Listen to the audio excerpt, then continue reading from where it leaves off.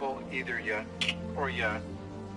know, can't say certain things on certain platforms over here. Also, we want to do a lightning round with Karine Jean-Pierre. Listen to what she says here. Thank you, Karine. I want to reference an interview that President Biden did in mid-September with 60 Minutes. And in that interview, he chided former President Trump for having in his possession classified documents. He called it irresponsible. First of all, do you think it was proper for President Biden to comment on an ongoing DOJ investigation? Look at her face. Don't answer the question. Don't answer the question, and then try to sell everybody on the idea that I did answer the question. So I'm going to say this, and I'm going to keep it really short today, as it relates to this particular issue, as it relates to an ongoing legal matter. Because I'm super uncomfortable and do not want to answer this question. I'm going to refer you to Department of Justice. With that specific, as it relates to anything that you want to ask of us about this legal matter, I would refer. So, in other words, without actually saying it, yes, it's not okay for him to do that. Da da da. To the White House counsel office. I'm going to leave it there. I'm not going to go into further. I'm simply asking you to comment I just commented. We're moving on. Go ahead. No, your comment was that you're not going to comment. Saying that you're not going to comment is not really a comment about what I just asked. So could you please address the question? Go ahead. No, go ahead. I already answered your question. Go ahead. You really did. Well, I did. No, you really didn't. Well, it's your opinion. It's your opinion. It's your opinion. That is your opinion. Go ahead. It's actually not an opinion. If it's fact, it doesn't have anything to do with opinion. When you ask a question, the question should be answered. The comment shouldn't be, I'm not going to answer that question, or I've already dealt with it. And she's done this before. Here's another one. Guys, you guys can ask me this 100 times, 200 times if you wish. I'm going to keep saying the same thing. I hear your question. It's been asked. It's been answered. It's been noted. And we're just going to try to move on here. What do we pay them for? By the way, the press secretary, I don't care if it's for the Republicans or Democrats, they are paid to do one thing. They're paid to lay cover for the administration. There's no ferreting out the truth. There's no desire to tell anybody the truth. There's no desire to discover lies and reveal indiscretions and things that happen within the administration that the American people need to know. This is basically, it's a public relations damage control position. That is what the press secretary is. That's Jean-Pierre, or for Democrats or for anybody, Republicans or whatever. It doesn't matter. That's what the press secretary is there for, to lay cover for that administration and not get out the truth, when the exact opposite is supposed to happen. They're actually supposed to answer questions, answer them honestly, answer them thoroughly and completely, and they're not supposed to evade, and that's exactly what she does. And she's not really even that good at it. There are press secretaries in the past who've been really, really good at question evasion. It's just such a joke that anybody even gives them the time of day. This person right here says that if 1 billion people stop eating meat, it will have a huge impact on the earth. And this is from our friends over the World Economic Forum. We're going to listen to a couple, one of them being Al. Oh my God, the polar bears are disappearing, that the ice caps are melting, Gore. It's a very important point that you are addressing. My daughter, 24, inspired me and said, Dad, how can you advocate for these zero carbon value chains if you still eat meat? So I stopped eating meat. That was easy. Math would say, well, you need to stop eating meat 11 years to compensate for a flight to Thailand. Yes, but if 1 billion people stop eating meat, I tell you it has a big impact. By the way, did you happen to take a flight there using fossil fuels in your jet aircraft that took you there? That brought you to the World Economic Forum so you could stand on your perch and you could virtue signal to everybody and tell them how you're eating and project upon them how they should be eating? Did you take that jet? I think you did. So I stopped eating meat, but I didn't stop flying jets, is what he should be saying. And that's hypocrisy. Not only does it have a big impact on the current food system, but it will also inspire innovation of food systems. And I predict that we will have proteins not coming from meat in the future. They will probably taste even better. So why are we trying to mimic meat if we can have a better taste? They will be zero carbon and much healthier than the kind of food that we eat today. That is a mission that we need to get on. I can inspire you to maybe look at an organization called EAT, easy to remember, EAT. By the way, there was a leaked photo from the World Economic Forum on the dinner table and some of the exotic foods that they were eating. You could easily identify the lobster, so they're still eating meat out there, and it's pretty highfalutin meat. And all the people who arrived there arrived by jet to Davos while they're telling you you need to reduce your carbon footprint, and they have Sasquatch, they have Godzilla-like carbon footprints. It would take 100 of us, maybe even 1,000 of us, maybe everybody in your entire city to equal the carbon output of one of these billionaires right here. They're going to tell you how to eat, and they're going to tell you how you should travel and the cutbacks you need to make in your life. No hypocrisy there from our friends at the World Economic Forum. Who have all the facts on this and who have the policies necessary, the innovations necessary, and the scale necessary in order to make food systems sustainable and healthy. Thank you so much, Jim. And you're right, EAT is really a great foundation. You should all really look it up. And every one of you, all these people flew in by jet. Every single one of them, some private jets, some commercial jets, but their carbon footprint is huge. And here the World Economic Forum declares a doomsday planetary injustice crisis.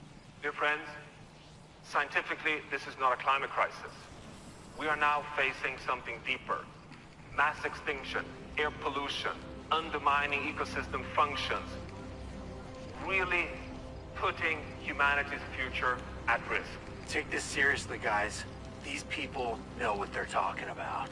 This is a planetary crisis. This is a safety crisis. Not unlike the crisis we had back in the 1970s where they were saying, hey, there's going to be a deep freeze, there's global cooling, man. There's going to be so much snow, it's going to accumulate above your house, and then the energy prices will go through the roof. It's going to be crazy, man. But above all, it is also a justice crisis. Many areas in the world are uninhabitable. This uninhabitable zone is increasing. If we continue with our greenhouse gas emissions, then by 2070, as many as 3 billion people will live in uninhabitable zones. So when they say there's a planetary crisis, and they say there's a justice crisis, you know what we have to do, right? We have to hand the reins of power over to them. We have to reach deeper into our pockets and give their politicians, their political puppets, their political parasites more money so that we can save the planet. Otherwise, it's not going to be saved. And we need to listen to people like this right here. This is Al Gore. Why would he ever lie to us, guys? This guy's like, just call him Uncle Al. He cares about us. He cares about the planets. He cares about the polar bears. He knows that there's no plan B as far as the planet is concerned. This is all we've got. Of the land and creating the droughts and melting the ice and raising the sea level and causing these waves of climate refugees predicted to reach 1 billion in this century. Look at the xenophobia and political authoritarian trends that have come from just a few million refugees. What about 1 billion? We would lose our capacity for self-governance on this world. We have to act. So in answer to your question, I would say we have to have a sense of urgency much greater than we have yet had, and we need to make some change. I'm telling you, if there was a sense of urgency, there's no way I would take a plane trip to Davos. Never. Would never do it. And you know Al Gore's not eating very good. I mean, look at his face. It's barely even filled out. Listen to him here. I mean, this guy is an impassioned speaker. He knows what he's talking about. We got to get behind him. We got to support him. We got to shell out more money. Never mind the fact that he has a couple 10,000 square foot houses that use more money or energy than your local community. Never mind that. He's working hard. He's working for us. Enough already. Enough. And I don't want to get sidetracked onto what needs to happen, but we need to scale up climate finance, but we need desperately to scale down anti-climate finance. We need to scale up climate finance. That means reach deeper in your pockets, you little peons. And they're not talking to people in China and India. They're talking about to you people in America. You people are easy to put under the boot. You New Zealanders, you Australians, you Americans, you Britons, the English people, the Irish people, not the Chinese people. They're not going to listen to us. Their carbon output is just going to continue to go up. Not India. No, they're not incentivized to clean up the climate. But we are. That's it. You're darn right. Listen to Al Gore. Save the polar bears. And we are still subsidizing the burning of fossil fuels globally at a rate 42. The fossil fuels that, his plane only takes vegetable oil, guys.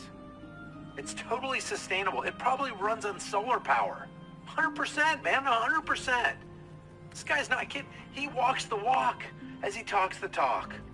Times larger than the subsidies for the shift toward renewables and EVs, etc. We need new leadership at the World Bank. You're dang right. We need them to scale up the leverage and vastly increase the amounts that are committed, and we need to rein in the anti-climate activities of the fossil industry.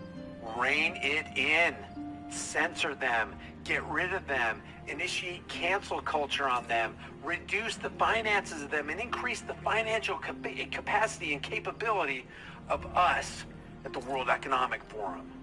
That was your good news break from the WEF. We appreciate and we love you guys. Make sure you're reducing your carbon footprint. Make sure you're not eating any more destructive meats. Make sure you're saving the planet. If you haven't done so already, subscribe to this channel. Hit the bell notification icon. Al Gore would want you to hit that button. Share this thing with everybody you know. Don't forget to subscribe to my private email list through my website, highimpactflix.com, and I will see you in the next video. That is, if we have a planet. Good night.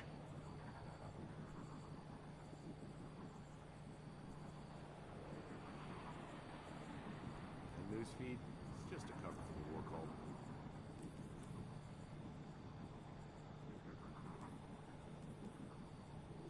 I just want to know who's in charge.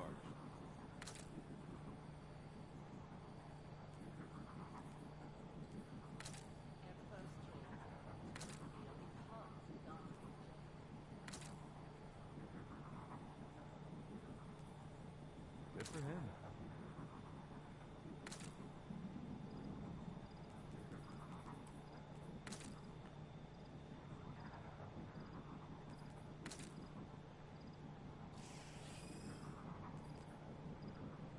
You missed that run in the Crucible? Shame.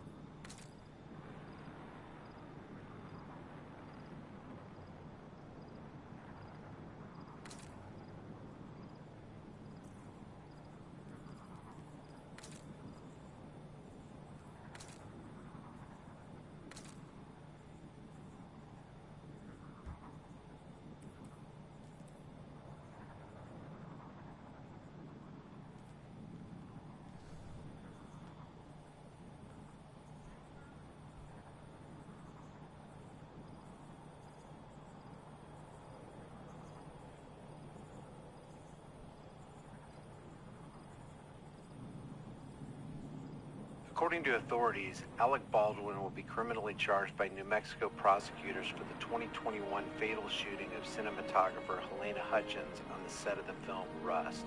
Baldwin, the Emmy-winning star of 30 Rock and dozens of films including The Hunt for Red October, shot the bullet that killed Hutchins.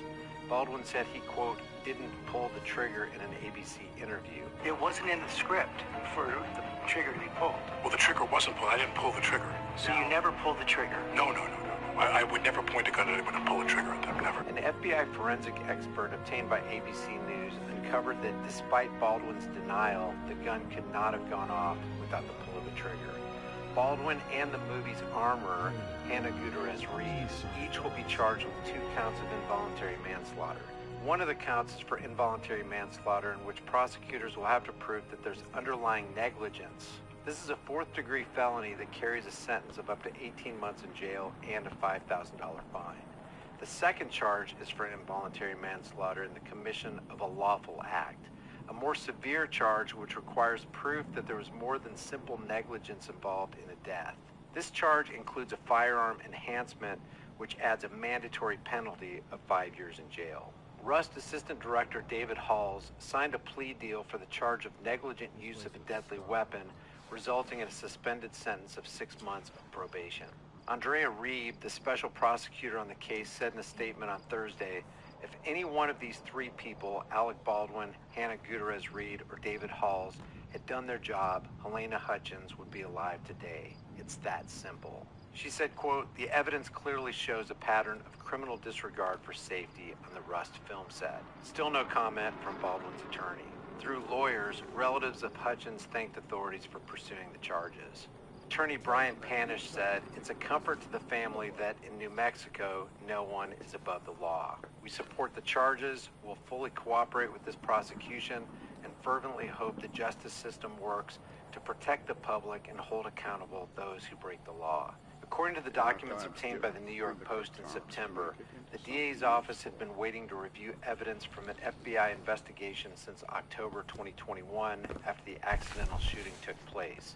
Once the office received the evidence, the DA announced that she intended to pursue charges and file for $635,500 in emergency funding to hire a specialized team, including a new prosecutor, investigator, and spokesperson to handle the case. The DA received about half of the requested funds. Hutchins was shot and killed on October 21st, 2021, during a scene where Baldwin used a gun that was filled with live bullet rounds instead of dummies, which is against Hollywood film standards. Joel Souza, the movie's director, was injured by the bullet, but later recovered. Hall, the movie... It is also improper to ever on a set aim said prop gun at anyone, not even a camera. That has been long known since the movie The Crow, and Brandon Lee had the exact same thing happen to him. Whether you agree or not, Baldwin deserves to be charged and everyone responsible.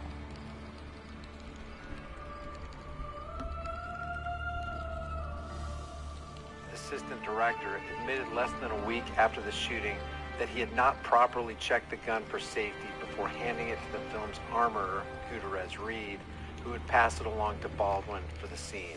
Hutchins' death amplified a wave of rallying cries for safer filming protocols on movie sets. Her family ultimately sued Baldwin and the film producers in February 2022 for wrongful death. The lawsuit was settled in October, and the movie resumed filming with Matt Hutchins, the widower of Halyna, serving as an executive producer. Leave your thoughts about this for the world and the Global Thought Police in the comments below.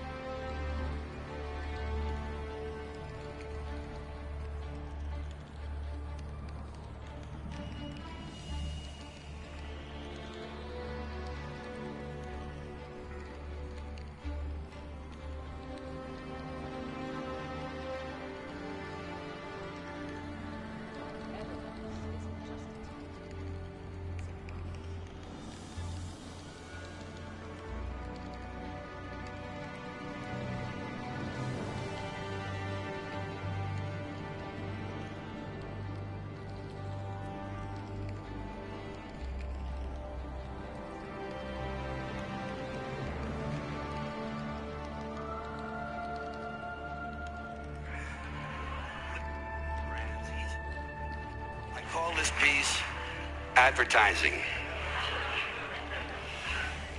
Quality, values, style, service, selection, convenience, economy, savings, performance, experience, hospitality, low rates, friendly service, name brands, easy terms, affordable prices, money-back guarantee, free installation. Free admission, free appraisal, free alterations, free delivery, free estimates, free home trial, and free parking.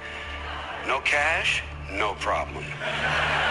No kidding. No fuss, no muss, no risk, no obligation, no red tape, no hidden charges, no down payment, no entry fee, no purchase necessary. No one will call on you. No payments or interest till December, and no parking. Limited time only, though, so act now, order today, send no money, offer good while supplies last, 2 to a customer, each item sold separately, batteries not included, mileage may vary. All sales are final, allow 6 weeks for delivery, some items not available, some assembly required, some restrictions may apply. Shop by mail, order by phone. Try it in your home. Get one for your car. All entries become our property. Employees not eligible. Entry fees not refundable. Local restrictions apply. Void where prohibited, except in Indiana. So come on in. Come on in for a free demonstration and a free consultation with our friendly professional staff. Our courteous and knowledgeable sales representatives will help you make a selection that's just right for you and just right for your budget. And say, don't forget to pick up your free gift. A classic, deluxe, custom, designer, luxury, prestige, high-quality, premium, select, gourmet pocket flashlight. And if you act now, we'll include an extra added free complimentary bonus gift, a classic, deluxe, custom, designer, luxury, prestige, high-quality, premium, select, gourmet, leather-style wallet with detachable keychain and a pencil holder. It's our way of saying thank you. And if you're not completely satisfied, you pay nothing. Simply return the unused portion for a full refund, no questions asked.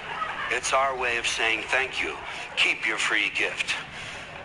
Actually, it's our way of saying bend over just a little further and let us stick this big dick into your ass a little bit deeper.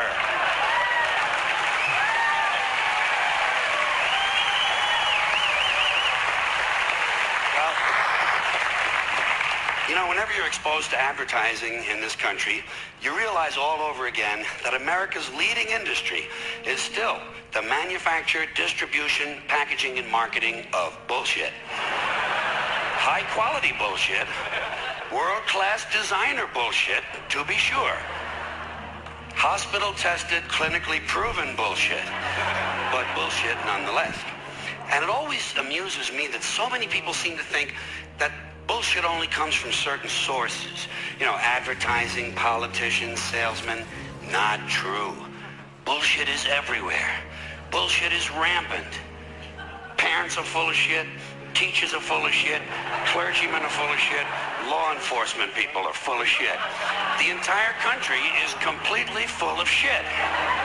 In fact, this country was founded by a group of slave owners who told us that all men are created equal.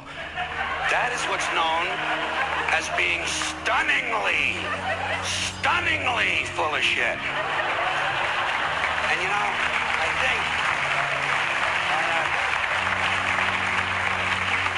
I think people show their ignorance when they say they want politicians to be honest. What are these people talking about? If honesty were suddenly introduced into politics, it would throw everything off. The whole system would collapse. And I think deep down the American people know that. The American people like their bullshit out front, where they can get a good, strong whiff of it.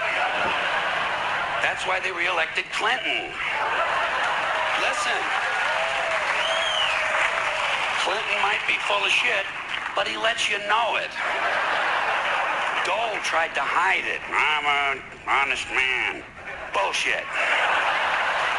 Bullshit. People don't believe that shit. The National Press Club here in Washington, D.C. yesterday. The event, including a question and answer session, lasts about an hour.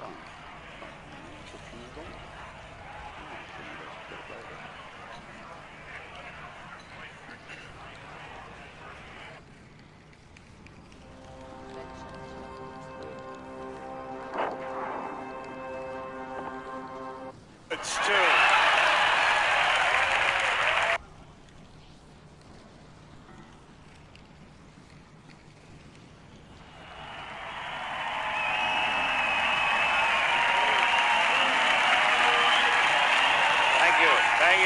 Thank you. I'd like to begin. Thank you. I'd like to begin by saying fuck Lance Armstrong.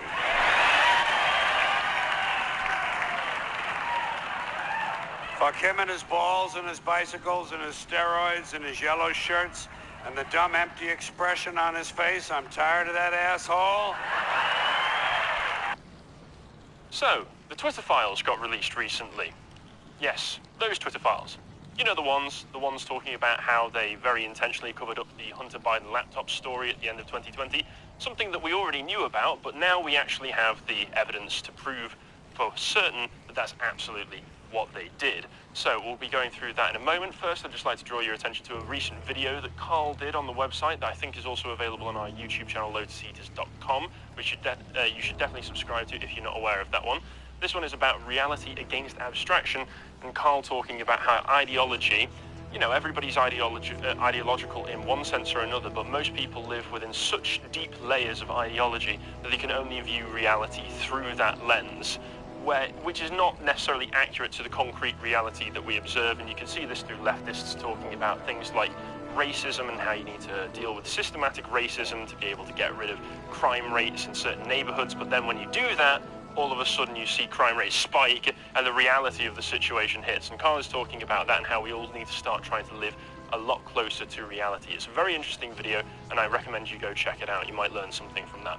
But then, let's get into it. So, out of nowhere, I say out of nowhere, but Elon has been hinting for a while since he bought Twitter that he would have to release some details about some of the shady things that Twitter were getting up to in the years before he took over, so that they would be able to come clean and earn the public trust as they march into the future. And then he just came out with this on Friday evening.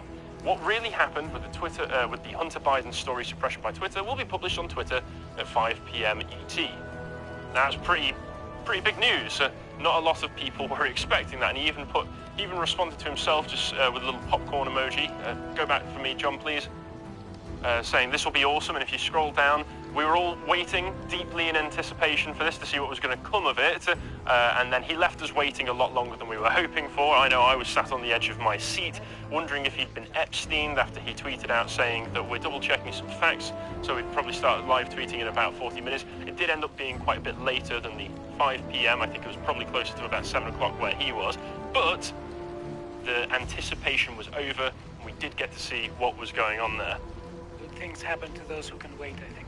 Yes, that's a good thing. It is a good thing, because he was trying to double check the facts, make sure that they weren't going to be releasing anything that was just wrong or manipulating the narrative. And in the next one, he tweeted out at the time when it was starting to release, here we go. This took me by surprise. I don't know about you, because I was expecting it to be something, either a big document dump that Elon was just going to be in charge of, say, release a link to a Google Doc that had everything available on it, or if he was going to be posting the information himself. Instead, it seems that he had delegated this task over to Matt Taibbi, who's a journalist that I'd heard of, I wasn't too familiar with before this. Supposedly he was involved in Occupy Wall Street and a number of things, so he's definitely one of those guys who seems to be a little bit more principled in the whole truth to power idea that journalists are supposed to be adhering to. So if I'm getting any of that wrong about Matt Taibbi and there's anything I should know, please let me know in the comments, because I'm not infallible. But what it seems has happened is that Elon released the files to Matt Taibbi. Taibbi read through them and released this massive long Twitter thread explaining exactly what he had found regarding this. So we'll take a quick read through it. I'll try to go over the information as quickly as possible so we can cover the stuff that's happened after this, because the likelihood is if you're watching this, you've probably watched it already, but just for a quick recap. So he went over quite a big introduction regarding this, where he's talking about, oh, this is going to be the first installment in a series, so we know that there's more coming, so immediately I'm anticipating whatever's coming next. Based upon the thousands of internal documents obtained by sources at Twitter, the Twitter files telling its story of the Twitter's collusion with government and collusion with, well, not necessarily government, but collusion with political parties and the political biases. And he goes on a little history lesson here, saying that in the early conception, Twitter tried to live up to its mission statement and give people the opportunity for a public space to speak. Yes. And how do you think this turned out? The original mission statement? Well, we know how it turned out. We saw how it turned out. It didn't last long. Of course, people immediately saw the power that could be attained by having massive influence over a gigantic public space like this. So vested interests began getting involved very, very early on. as time progressed, as Taibbi explains here, the company was slowly forced to add barriers. Some of the first tools for controlling speech were designed to combat the likes of spam and financial fraudsters, and this is a problem that even Musk has run into since he's taken over. He said recently that he went through a big scouring of a lot of bots and spam, and that sadly there were a few false positives on actual people's accounts. So this is something that can just happen without any malicious intent to begin with. Except the problem was that people started to take advantage of it. Outsiders began petitioning the company to manipulate speech as well, and then by 2020 we've got requests from connected actors to delete tweets, and that had become completely routine. One executive would write to another, more to review from the Biden team. The reply would come back handled, so Biden just apparently had a team. I don't know if Biden himself knew about this, but... Are you sure, or are you a bit bad? Am I bad? Am I a bad person? Rhetorical. I don't think so. I like to think I'm a decent enough guy, but once again, I'm not infallible. Correct me down in the comments below if you're interested.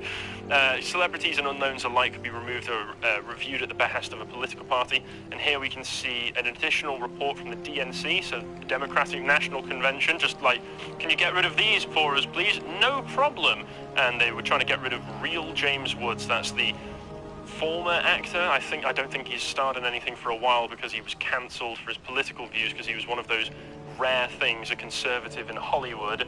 James Woods, they were trying to take down his tweets because he was very, very critical of lockdown measures and other things going on around the COVID period.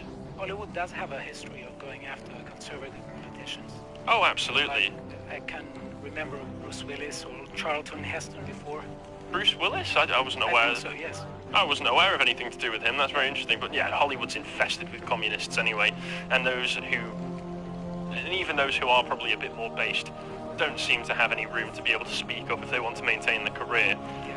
He carries on, both parties had access to these tools, system wasn't balanced, but he does point out, and this is something to note here, requests from both the Trump White House and the Biden campaign were received and honored. So this was something that was going on both ways, except of course he points to the open secrets graph here, showing that actual bias within Twitter lent far, far, far more in the direction of Democrats than Republicans, and you can just see from the amount of donations that each party received, whereas, you know, Democrats in 2022 were getting 99.73% of all donations, whereas Republicans were getting 0.27%. So that's just a little bit of bias, just a sprinkling of bias. I think so. We can say safely that it functioned as a Democratic platform. It certainly has for a long time. Yes. But everybody was getting a little bit tired at this point because they were like, man, give us the juicy stuff. I mean, this is stuff we already know. This is obvious. Obviously, the few email screenshots that he leaked up to that point were, you know, new information, or at least confirming old information. So that was interesting, but we were like, we want the good stuff. It is much less boring now. I think now that you can get, because you've got to bear in mind there was about 3 to 5 minutes between each tweet as well. I did see someone put a jokey little tweet underneath with what was his name, Hard Luck Harold, the guy with the really strange smile, that meme. I probably got that name wrong, but it said every single time between each tweet, Matt's just taking a sip of coffee, taking a bite of a biscuit, and turning to a camera to give everyone a reassuring thumbs up that this is all going to be all right. Yeah. So that's how I imagine this all going down. But then we eventually get to the Twitter files, how and why Twitter blocked the Hunter Biden laptop story. So the New York Post published Biden's secret emails, an expose based on the contents of Hunter Biden's abandoned laptop, and immediately Twitter freaked out, or at least the Twitter higher-ups started to freak out, and they started to take extraordinary steps to suppress the story, removing links and posting warnings that it may be unsafe. They blocked its transmission via direct message, which was previously only the realm of things like CP being sent over Twitter. They'd never done this before, but if you sent it over a DM in Twitter, then bam, that was just gone. The person you sent it to couldn't access that. The White House spokeswoman Kayleigh McEnany was locked out of her account for tweeting about the story, prompting a furious letter from the Trump campaign staffer Mike Hahn, who seethed, at least pretend to care for the next 20 days. Trump and his people in the White House were very, very aware of everything that was going on in Twitter. Trump probably had some of the inside details as well, but... Why do you think that they suppressed it? Why do I think that they suppressed it? Because of the fact that it was reflecting very badly on the Biden campaign. The fact that Biden was involved in this, the fact that Biden's son seemed to be involved in dodgy deals in China and Ukraine, and also was addicted to crack and had some pretty horrible photos on there, which I've never seen. Don't send them to me. I know Josh has seen them and he's still not recovered. I don't want to see them. You may have seen Josh smile. It's a lie. He can't anymore. Josh confirming from the distance over there. Strom's note returned the answer that the laptop story had been removed. This led public executive Caroline Strom sent out a polite WTF query. Several employees noted that there was tension between the comms and policy teams, who had little and less control over moderation and the safety/trust teams. Strom's note returned the answer that the laptop story had been removed for violation of the company's hack materials policy. And this is another interesting aspect of this, which is that you get to see a little bit of the inner politics of Twitter play out, as there's these different dynamics between the teams where one has more influence than the other, and they have more room as a result to be able to influence what's actually in the policies and on the platform. Yes, I think that now with Musk laying off a number of people, this has changed Twitter significantly. Oh yeah, all you need to do is look at the actual quality of the people that he'd laid off to see exactly where their political biases would land. Like Yoel Roth, the person who was previously in charge of safety and handling, I think was his role or something, safety and information. He was a political partisan. There was one of those people who just turned out to be trans. So it's like, I wonder exactly what you were trying to censor. Oh, there's so much dangerous speech out there. No, it's just speech that makes you feel bad about yourself because you're ridiculous. Although several sources recalled hearing about a general warning from federal law enforcement this summer about possible foreign hacks, there's no evidence that I've seen of any government involvement in the laptop story. In fact, that might have been the problem. I do disagree with him here, because as we'll go on to cover with the New York Post has pointed out that there was confirmation of the FBI going and having meetings with Twitter in the period leading up to the Hunter Biden laptop story, debriefing them about potential foreign hacks, etc., etc. So it does seem like the FBI had a hand in this, or either he's keeping that from us, or he just hasn't seen any official documentation to confirm that here or there yet. But we're talking about thousands and thousands of documents, and it sounds as though at the end, it sounds as though he's only had about 96 hours to look over them. So yes. That's a nice long time, but you're still talking about potentially weeks or even months of work, depending on how many thousands of documents there are. It is very scary to think that you have a president and a presidential team who have evidence of bad stuff about Hunter Biden, and no one listens to them.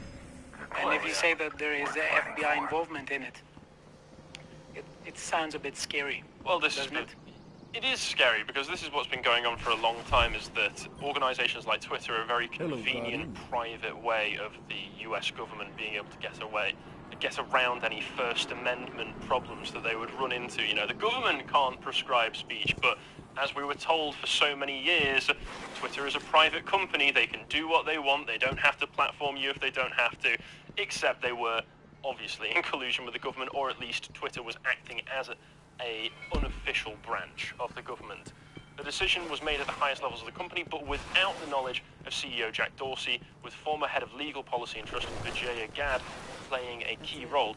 Those of you who've watched the Joe Rogan interview from a few years ago, where Jack Dorsey went on and was grilled by Rogan, and specifically Tim Pool, about the censorious methods that they use to keep conservative voices down, will remember her as the Indian lawyer that Jack brought along with him, who basically answered every single question for him. It was quite a pathetic showing from Jack, to be perfectly honest. It seems that he, after a certain point, despite being CEO, he seems to have taken an incredibly hands-off role in the company, so that's either a tacit endorsement of what they were doing, or just a demonstration of how he didn't care enough. Which, when you're in charge of a massive platform like Twitter that has as much control and power as it does, is a very bad way of going about this. So Jack apparently had nothing to do with it, and it was all to do with Vijaya Gadde. They freelanced it, is how one former employee characterized the decision. Hacking was the excuse, but within a few hours pretty much everyone realized that it wasn't going to hold, but no one had the guts to reverse it. You can see the confusion in the following lengthy exchange, which ends up including Gadde and former trust and safety chief that was what it was, trust and safety chief Yoel Roth. Comms official Trent Kennedy writes, "I'm struggling to understand the policy basis for marking this as unsafe. By this point, everyone knew it was effed, said one former employee, but the response was essentially to err on the side of continuing to err. Joel Roth, in this email exchange here, is saying that they, given the severe risks here and lessons of 2016, those lessons of 2016 are presumably the mainstream media's accusation that Twitter had allowed Trump to be voted in due to Russian misinformation being spread on the site. Something that was never confirmed, in fact, was outright denied by, what was the big look into it, the documents? I forgot the name of the guy who began with an M. You know what I'm talking about. You all know what I'm talking about. There was that big investigation into it that concluded that there was no collusion at all between Trump and Russia, or Twitter and Russia. It would be interesting to see about the donations in Twitter at 2016.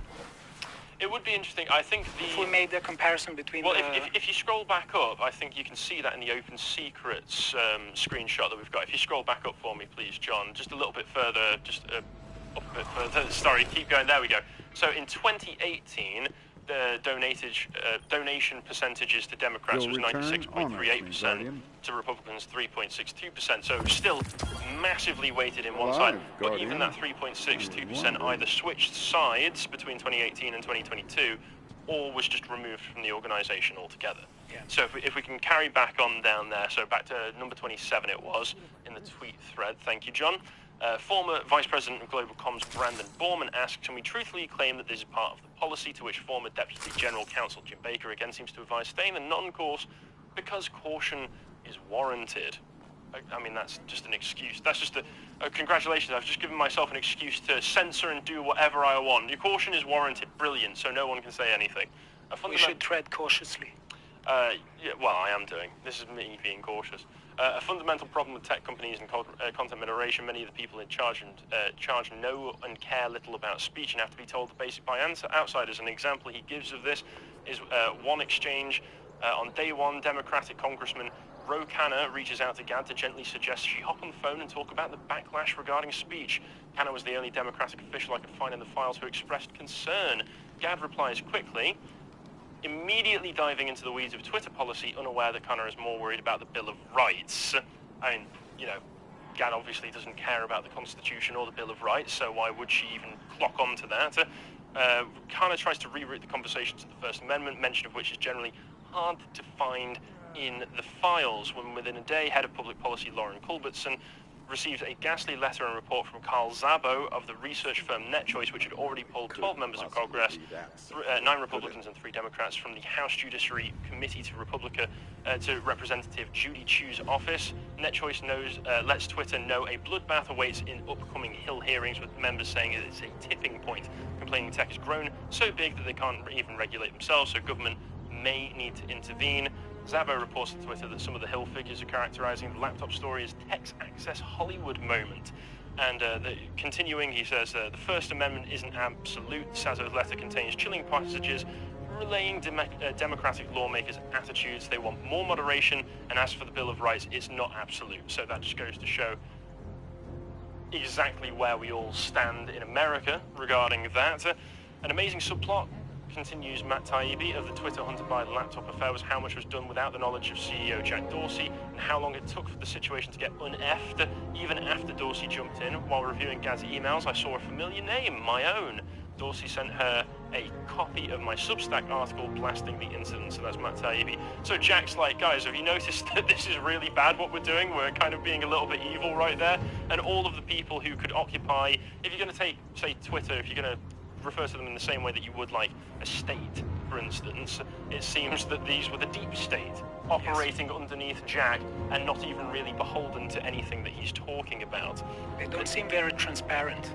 No, not even to their boss, it seems. And Jack just, like, once again seemed like a figurehead who was more than happy to just take his hands off the wheel and just let this car crash unfold. Yes, and it is very interesting to see why now there is suddenly such a focus on transparency. Only now, for some reason... Well, that's why I'm I quite respect Elon for all of this, and we'll get into it in a moment. So there's multiple instances in the files of Dorsey intervening to question suspensions and other moderation actions for accounts across the political spectrum. The problem with hacked materials ruling, several sources said, was that this normally required an official or law enforcement finding of a hack, but such a finding never appears throughout what one executive describes as a whirlwind 24-hour company-wide mess. And you've got the big email here. And sorry I'm not going through all of this in as much detail because I want to get to further on into this story, and you've got the link below, so if you want to read through all of this yourself if you haven't already, then you can feel free to do so. And then Matt Taibbi signed off saying, oh, it's a whirlwind 96 hours for me. There's much more to come, including answers to questions about issues like shadow banning, boosting, follow accounts, the fate of various individual accounts, and more. The issues are not limited to the political right.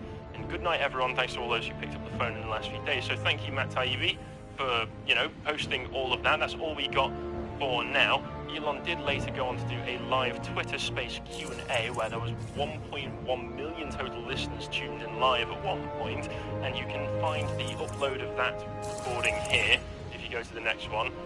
One of the people involved in it, Kim.com, posted it on YouTube, the Twitter Files Elon Musk interview. I listened to a bit of it, not had the chance to listen to all of it, but just to confirm that Elon was asked at one point how he's feeling in terms of his mental health, and he said that he's feeling fine, he's feeling great, and in fact that if anything bad were to happen to him that appears to be of his own hand, don't believe it is fake. So Elon will not kill himself, is basically what he said. He's not suicidal. And he said he also didn't want to come across like he was controlling the narrative himself, which is why he sort of delegated it over to Matt Taibbi to be able to release all documents. He wants to release more of the source documents. In fact, he wants to release all of the files to everybody. He just thought it would be best to filter them through some journalists first to release some information to the public. Some could accuse him in that sense of trying to moderate the narrative a bit. But I do understand why he's being cautious with all of this, because if you just release all the files at once, who knows what narratives people might be able to come up with. And he actually, respect to him as well, he actually immediately, the second he joined, got grilled on how dedicated to free speech he was by, between doing this and then also at the same time resuspending Kanye. And he did take it like a champ, and I think I can understand the reasoning that he gave there. He also said in doing stuff like this, he's trying to encourage a competition between other social platforms over truth rather than pure engagement, which I respect. Because can you imagine all the truth coming from Twitter, the fact that Twitter is now suddenly a space for journalists and other people to be able to really dig deep into topics without fear of censorship. If that gets more engagement, which it seems to be doing, then that might force other platforms to loosen up. He even was speaking about opportunities to release video content on the site and even get monetized for it. So can you imagine if a more free speech-based Twitter starts to become a true competitor to YouTube? That would be very, very interesting. Yes, and I think Musk is really clever in this because he's getting the public hooked. Oh yeah, he is. He's a born marketer. Yes, he knows what he's doing. I think he definitely uses this to apply pressure to all people from all sides who are coming after him. And I respect him for doing so because that's just smart business.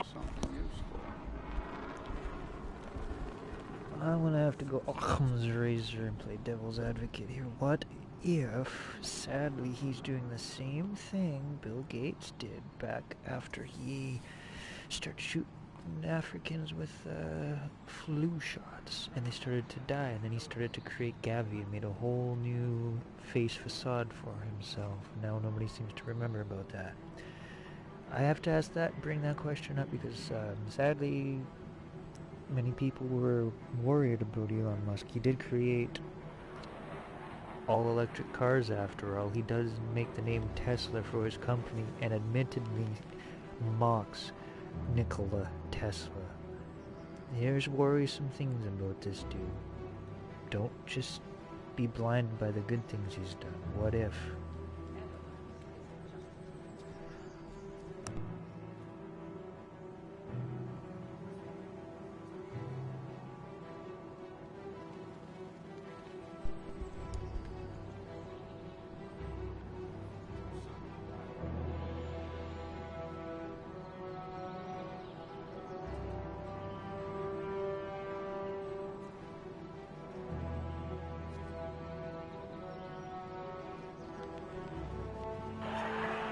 It's all bullshit, folks. It's all bullshit, and it's bad for you.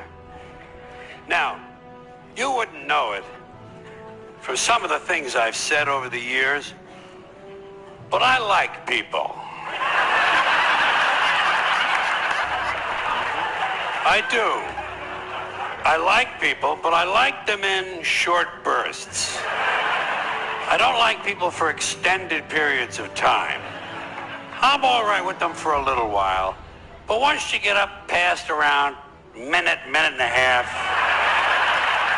I gotta get the fuck out of there. And my reason for this, is for one that you may share, possibly. I have a very low tolerance level for stupid bullshit. That's all. Stupid bullshit. Tell the truth. Don't be bullshitting people. Like I say, there's enough bullshit as it is. There's enough bullshit as it is. In fact, there's just enough.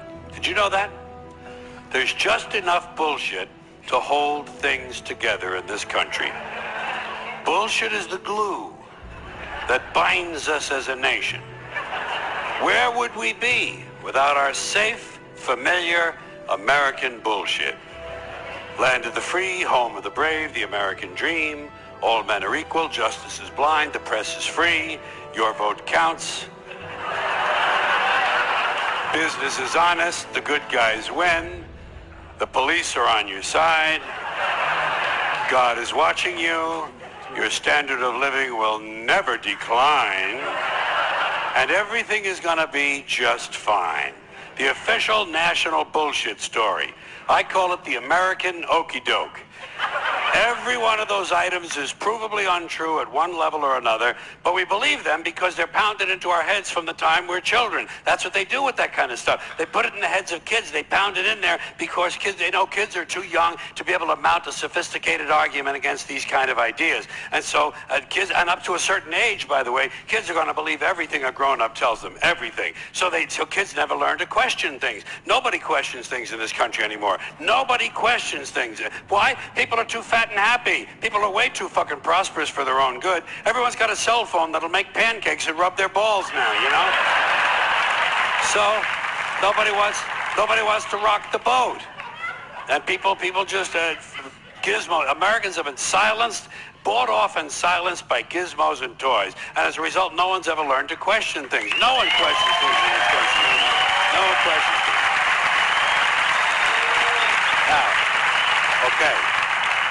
You remember Barbara Bush? I call her the silver douchebag. You remember her?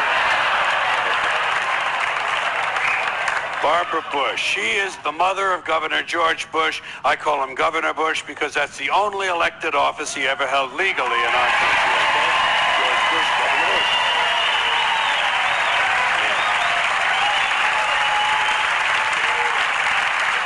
I don't care where they hang his portrait. I don't care how big his library is. He'll always be Governor Bush. I don't even capitalize his name when I type it anymore. So she's the mother of Governor George Bush. She's also the wife of his father, George H.W. Bush, who did become president in the normal, legal, traditional manner. And when he did, she came along for the ride as First Lady. And that's been the tradition up till now. A man has been elected and the woman has come along for the ride as the First Lady. And usually, as in American life in general, the woman is condescended to, patronized, given something to do to keep her busy. A lot of times they give her a charity or a cause, something she can champion. Betty Ford was told to drink. Remember that? Yeah, that was Betty Ford's assignment. Betty, you get drunk and get totally fallen down, fucked up, shit-faced drunk, okay? You just get fucked up drunk, and we'll hose you down, baby. We'll hose you down. We'll put you in a facility, you'll get sober, and then we'll put your name in the facility. Liza Minnelli can get sober, and everything's gonna be okay, right? That was her assignment. Barbara Bush's assignment was getting children to read. Remember that? Getting children to read. They figured she had had so much success with George.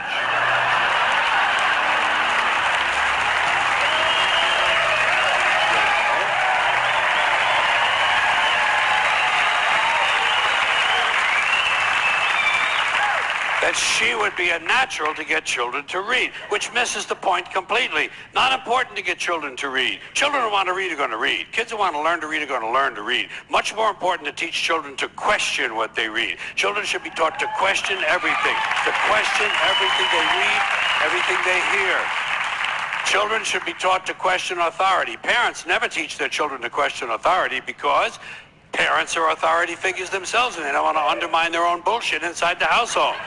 So they stroke the kid and the kid strokes them and they all stroke each other and they all grow up all fucked up and they come to shows like this.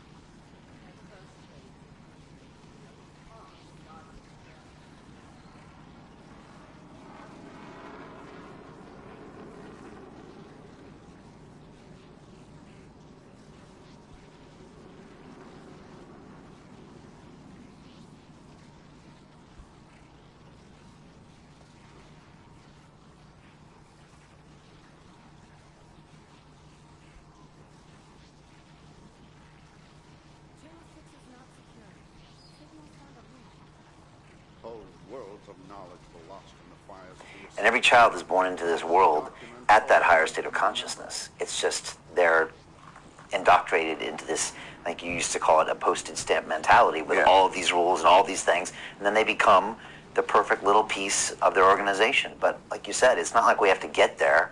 We're already there. We're already there. Right. We've We're just already forgotten. there. We've given our power away. Yeah. We've been convinced we're something else, but we're there. We are in the land of forgetfulness. We have forgotten our true nature. And 24/7 we're being encouraged to forget and to remain in a state of self-identity amnesia. And that's what awakening is. What is awakening? Well, I woke up. Well, no one's woke up. None of us have woken up. We are waking up. It's a process. And if you think you've got it, well, there's always more to know. Remember that, Socrates, etc. So what is awakening?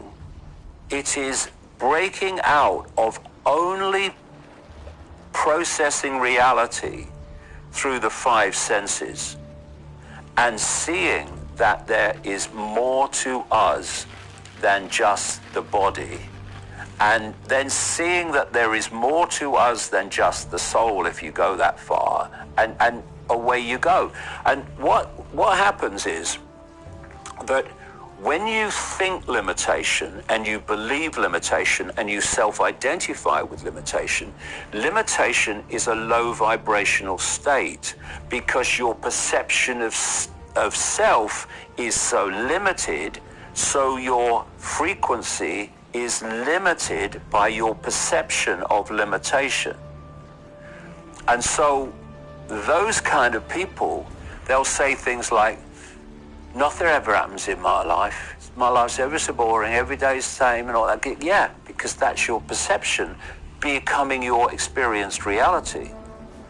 But as you expand your self-identity, you know, honestly, I see the gurus and I see the people, the spiritual teachers and all that stuff.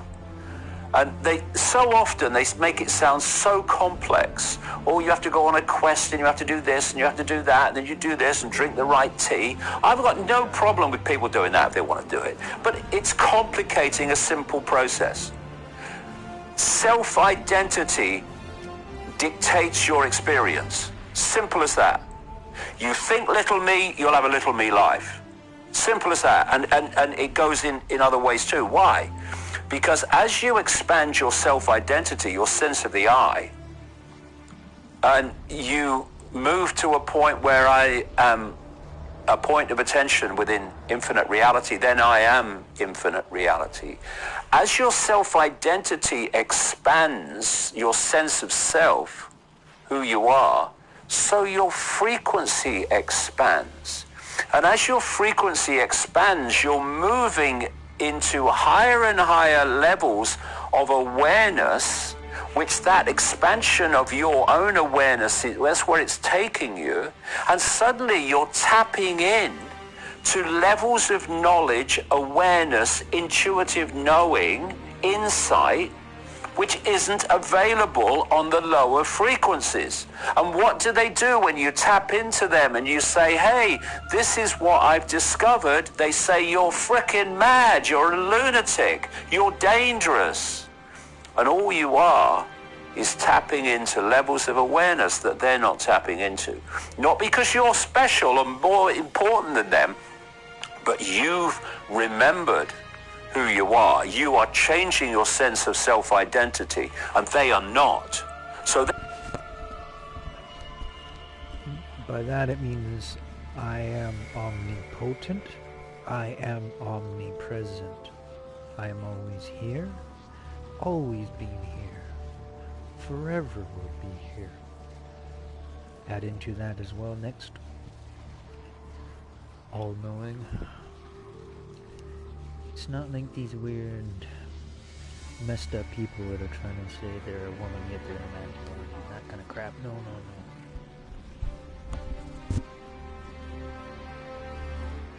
Aaron Eddie, going round and round.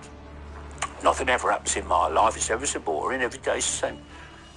When you go into levels of expanded awareness, no second is the frickin' same, never mind every day.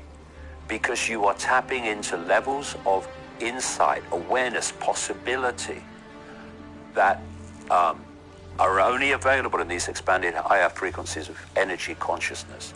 And anyone can do it. Anyone can do it. Ethel on the checkout, you can frickin' do it. Anyone can do it. But they don't want us to know we can do it. They want us to think, I'm just little me, I've got no power, I have to do what authority tells me. Why? Because they know best. Does it take effort to do it? Is it hard to do it? Do people have to push themselves to do it? Is it easy to go back to a little reality? Is it hard to go to an expanded reality? Well, I would just say to people, just take a month and everywhere you go, everything you do it from the perspective that you are infinite awareness, all-knowingness, having an experience. Doesn't mean you don't do the things that humans do, but you do it from the perspective of this is not me. This is an experience that me is having. Do it for a month. It'll change your life. You'll never be the same again. If you do it and consciously do it, you'll never be the same again. Because you'll realize that because of the insights you get, because of the intuitive knowings that you get, by the way you feel, you will know that the you thought you were is not who you really are. Just a month. But it's not about every now and again. It's everything you do. I am infinite awareness, looking into this world, having an experience. The experience is not me. This is me. And it will change your life. And as soon as you try to get pulled back into that human experience, you have to resist the temptation. Yeah. Right. And everything's going to trigger you to try to pull you back into that. This is the point, Brian. What happens is when you start, you get pulled back in. But the more you go, no, hold on, no. And the less you get pulled back in, and the less you get pulled back in until you are here most of the time. Everyone gets pulled back in. Yeah. You know, something happens and you get, but you're here most of the time. And it's a completely different world. Why?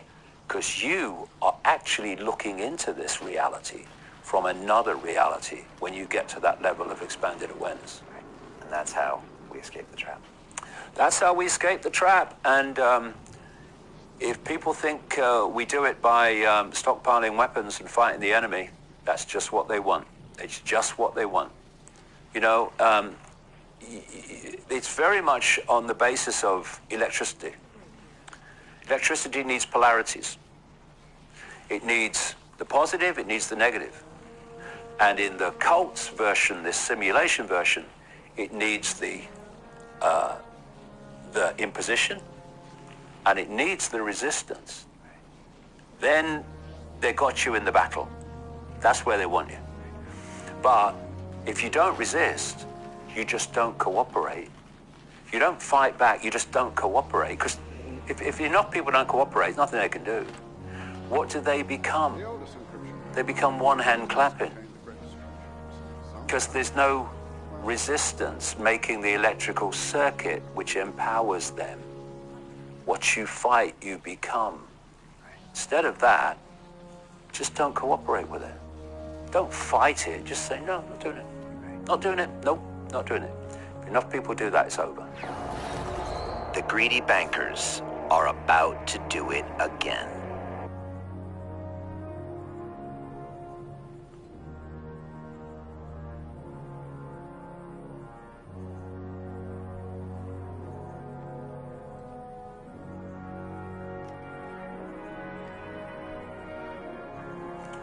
The foundation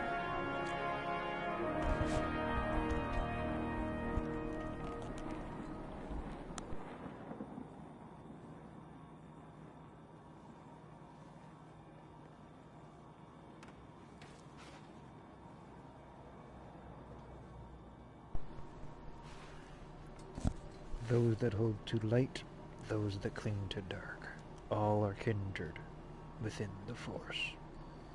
I do what I must to maintain the balance, and that balance keeps me strong. There is no good without evil, yet evil shall not flourish. As my limbs balance my body, so does my path balance my mind. Through victory, I gain harmony. Through knowledge, I gain strength. I am a soldier who marches the narrow path. And as I guard the Force, so too does the Force guard me. Of this reality, this simulation, is the electromagnetic spectrum. And we, on one level, energetic fields, people call them the auric field, whatever, is an electromagnetic entity, an electromagnetic field. What are they doing? They are transforming the electromagnetic field which we are living in into a completely different state. This is what the towers all over the world are increasingly. This is what the low orbit satellites, and they have permission, people like Musk, for tens of thousands of them, that are firing this technologically generated radiation, 5G, I could say 6G, 7G to come. And the idea is to hit every single inch of the planet with this stuff. Why? Because they are creating a technological sub-reality. That's what the smart grid is. You've got this simulation, this reality. Now they're creating a simulation within a simulation called the smart grid. And then they're in the process of creating a simulation within a simulation within a simulation, which is what they call the metaverse. And at each level of the simulation, people are being pulled more and more and more into the fake realities of these multiple simulations and out of the expanded consciousness, the spirit that they really are. So the very field that we are interacting with is being transformed by this onslaught of technologically generated radiation. And okay, what is this radiation? It is frequency. What generates, what is generated by human thought and emotion? It's frequency. And the throttle goes both ways. You can have thoughts and emotions that generate a frequency, but you can have a frequency fired at you which generates thoughts and emotions that relate to that frequency.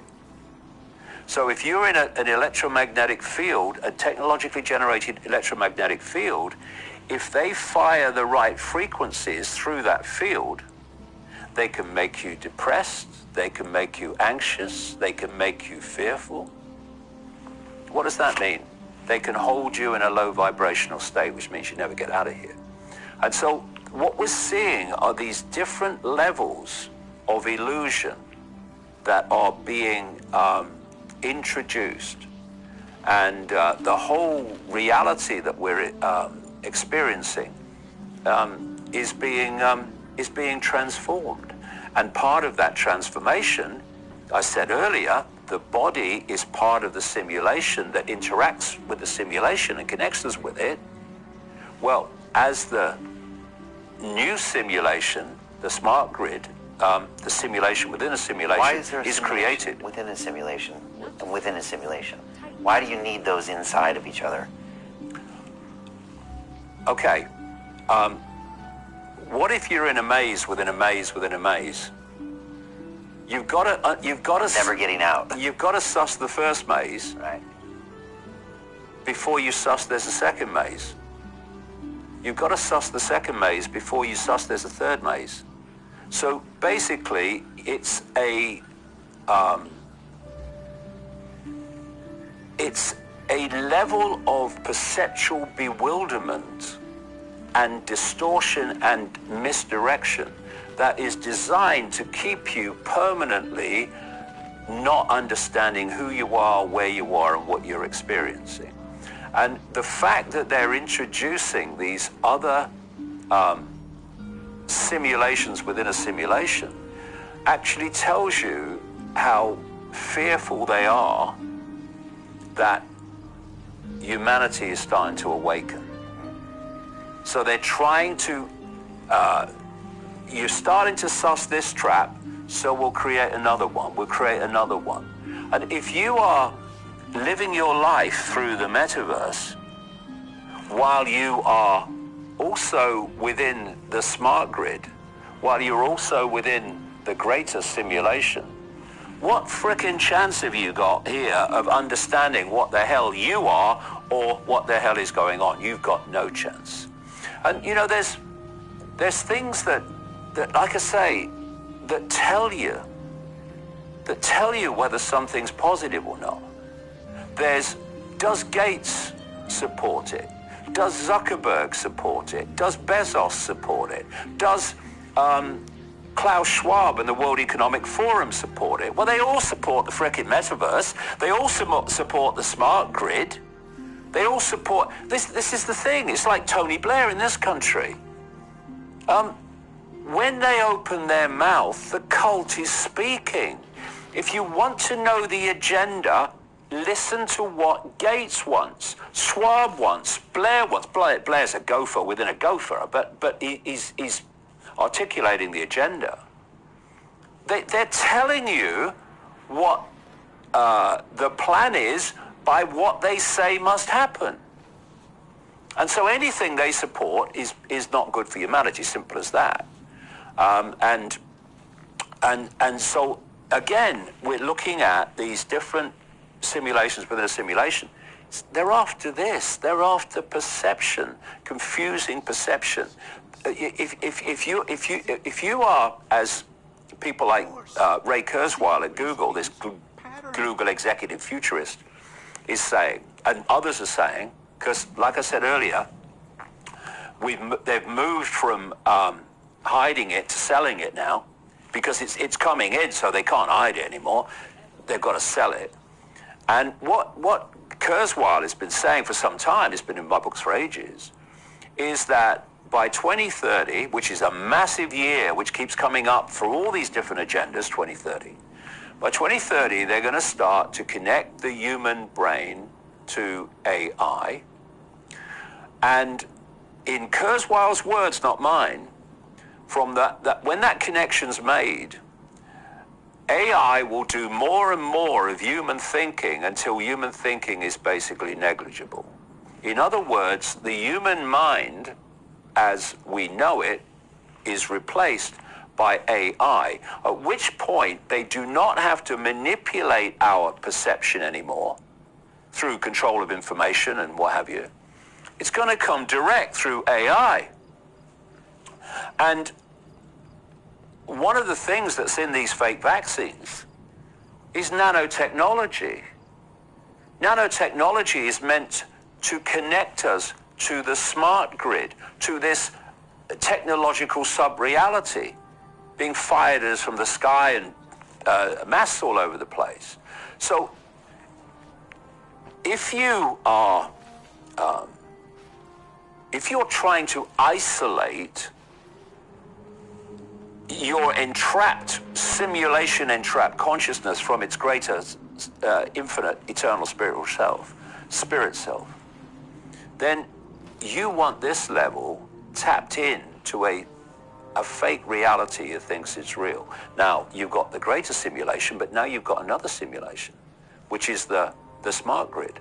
And the nanotechnology in these fake vaccines is designed to interact with the 5G, with the technological sub-reality, so that the technological sub-reality is feeding us our perceptions. It's feeding us our sense of reality. Out there doesn't exist, mate. Doesn't exist, nothing there, nothing to see there, move along. This is your reality. And they're openly telling you that this is what they're doing now. The greedy bankers are about to do it again. In 2008, and this is the world we're going into, and this is why they want digital currencies. This is why they want the whole world digital, because then they can basically take out of your bank account whenever they choose. And we've just had now this agreement at the G20, of course, they all agreed, because they wouldn't dare not to, of moving to this so-called vaccine passport and these digital currencies, which suddenly everyone, like the drag queens, has had the same idea. Oh yeah, we'll go digital. I'd have a digital currency. And it was 1992 that I wrote in a book called The Robots' Rebellion, that 1992, that the plan is to get rid of all cash and have a single world currency, which would not be cash. It's exactly where it's gone. And so what happened during the COVID era, the lockdown? And what are these vaccine passports working on? QR codes. And the idea, and it's already coming in, you've got credit card companies, MasterCard is one of them, who is producing cards which, as you use them through the month, are totting up your alleged carbon footprint. And once you get to a certain point of limit of carbon footprint, as they allege they've worked it out, you can't use the card anymore. And what is planned for this so-called vaccine passport, which is designed to be far more than just vaccines, though certainly that, and what's happening in China, is that you have a carbon limit, and beyond that, you can't buy anything anymore. And we're moving along the road towards carbon lockdowns, climate change lockdowns, where they say we've got to lock down because the carbon limit has been passed, etc. So the lockdowns of COVID are a precursor to lockdowns, not just for other pandemics, but lockdowns for climate change. So what you're looking at is they might lock us down in the future because we're putting out too much carbon. Oh yeah. Say the city shuts down, you shut down individually, and we're already conditioned to the lockdown. Now they have a different trigger. Yeah, but it was all. It was actually pointed out during lockdown by these characters. Oh look, a lot less carbon's being created. You know, and by the way, a study's just come out that shows that the Earth has got 14% greener in terms of vegetation in the last 30 years. Now, why would that be? Well, let's answer it with another question. Why do growers in greenhouses put extra carbon dioxide into the greenhouse? Because it makes the plants grow bigger, stronger, and in greater abundance. So in this period, this industrial period, and this is not denied, the Earth has got greener. More food has been able to be produced, and the lower the carbon dioxide, the less the natural world flourishes. So you've got China as the blueprint. So let's look at this. What has been happening for decades and decades, is that Western corporations have been outsourcing their production, even of basic things, like antibiotics. It's dominated in terms of production in China, right? They've been outsourcing it to China. So more and more of the global supply chain of all these different goods has been handed to China. And so what have they done? They've given control to China, not only increasingly of energy production through wind turbines and solar panels, which are very limited in terms of energy production anyway, while they're destroying fossil fuel production. But they've given the control of the supply chain of basic things to China. And the supply chain has started to break up. And if you look, because one of the things that I've realized over the years is nothing happens for one reason. There's always multiple reasons. So you've got the developing extremes of control in China, which are planned eventually to come westward, that we're seeing now. But locking down hundreds of millions of people means you throw your production into disarray compared with what it was before. So you give a smack again to the supply chain of goods because you've given China so much control of global production. And I said decades ago that the plan was eventually to bring the West into a global war with the East, Russia and China predominantly. And we're actually seeing that already, because you've got the West now that is openly supporting, funding and arming Ukraine against Russia. The beat about the bush, the West is at war with Russia through Ukraine. Hello? But then you've got Russia that's being supported by China, not least economically in terms of buying its energy, but also in other ways. And so China's supporting Russia. The West is supporting Ukraine. You're seeing the pieces being moved into place for the very conflict that I've been talking about all these decades that was planned between the West and Russia, China. A conflict which is designed to be won by China. Why? Because China is the blueprint for the global cult. What is Klaus Schwab's a frontman for the cult and the World Economic Forum? What is their Great Reset? China is the Great Reset. That's what's coming. Hey, do you want to profit from crypto?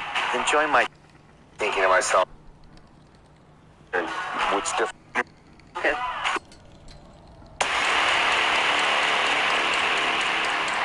Know the outcome and you'll see the journey. A new world order.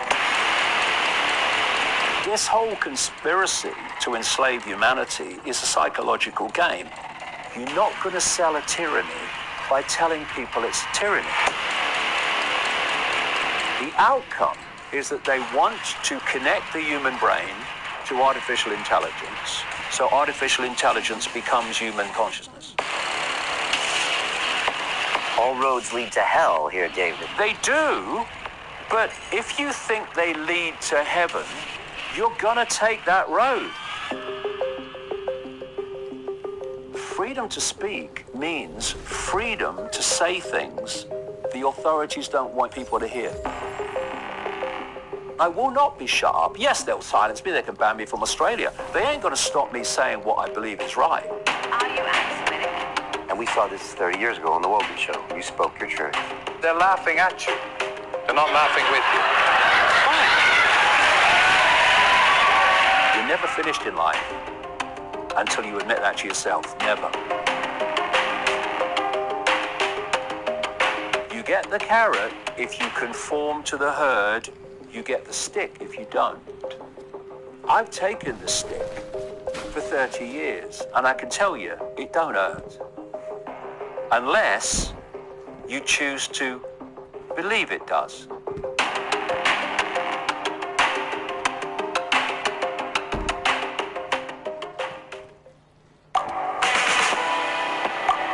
The world is changing.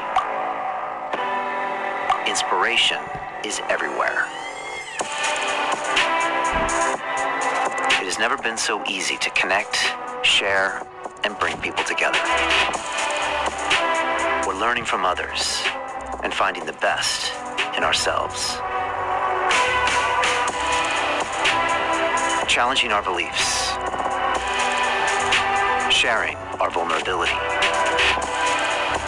overcoming our fears, transforming ourselves so we can transform the world. How far can we go? This is London Real. I am Brian Rose. My guest today is...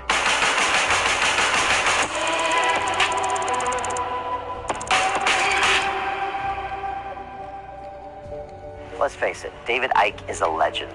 Now, you might know him as a professional conspiracy theorist, but I know him as a guy who's trying to get all of us to wake up, to free our mind, to embrace who we are and what we really feel like doing. Not what the government tells us to do or the media tells us to do or mom and dad tells us what to do, but what we really feel in our own consciousness. And that's what I love about David.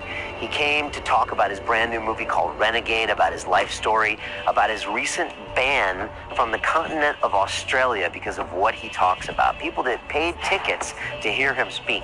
I also asked him point blank if he was anti-Semitic or racist. We talked about this. We talked about reptiles, the banking industry, climate change, you name it. It's a fantastic episode.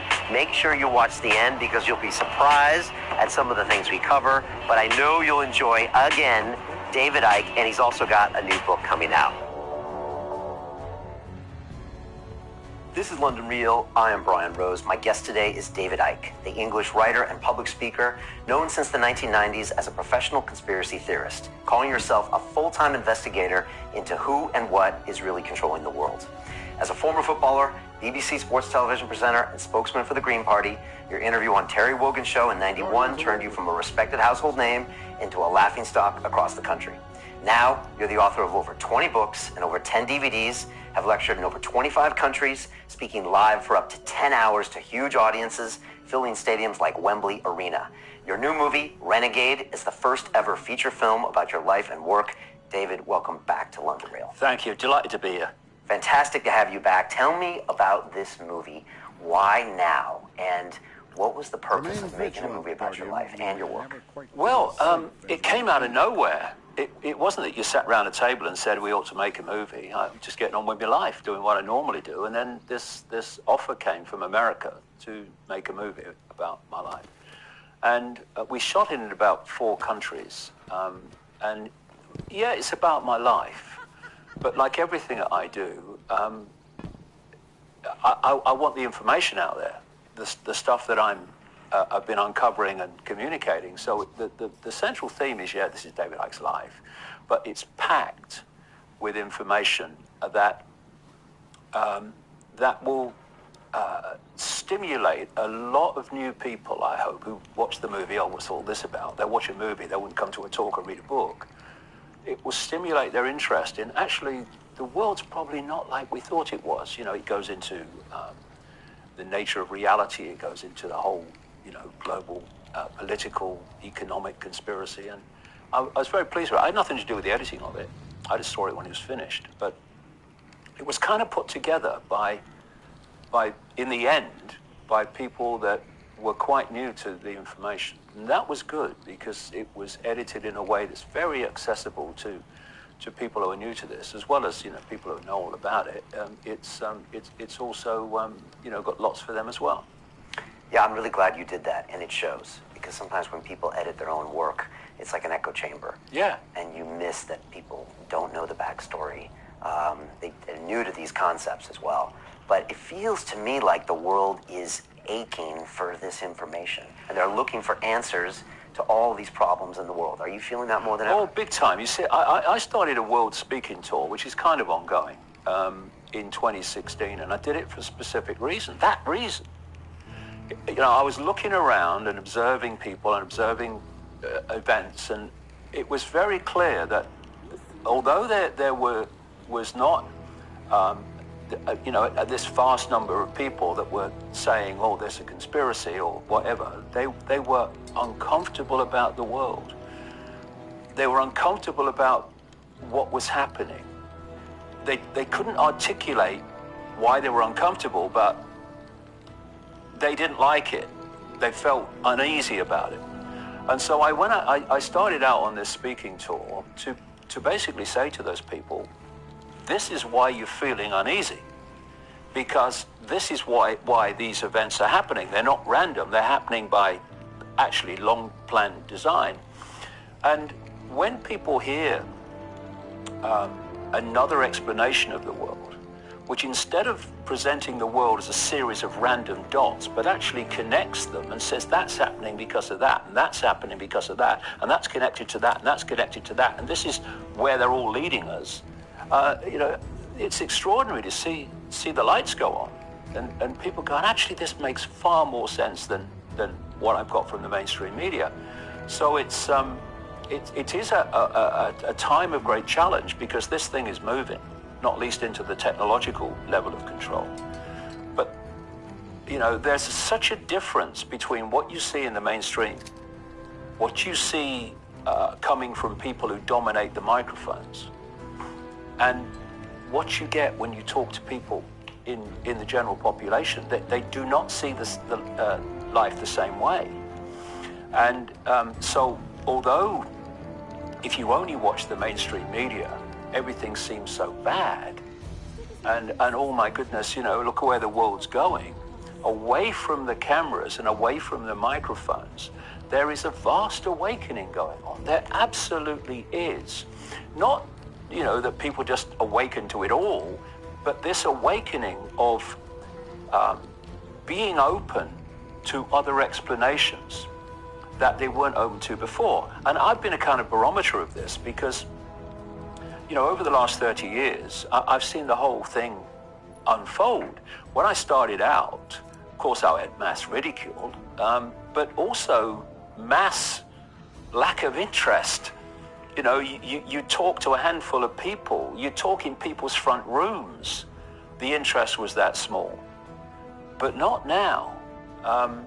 There has been an unfolding transformation in people's openness to look at life from a different angle.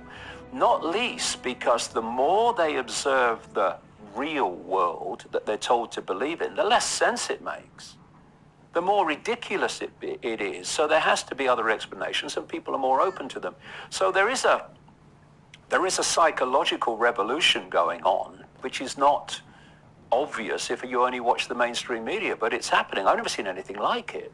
And it's not just the numbers, it's the kind of people, system people who not long ago you'd think they'll never look at this. They'll be system thinkers all their lives, and suddenly they're not.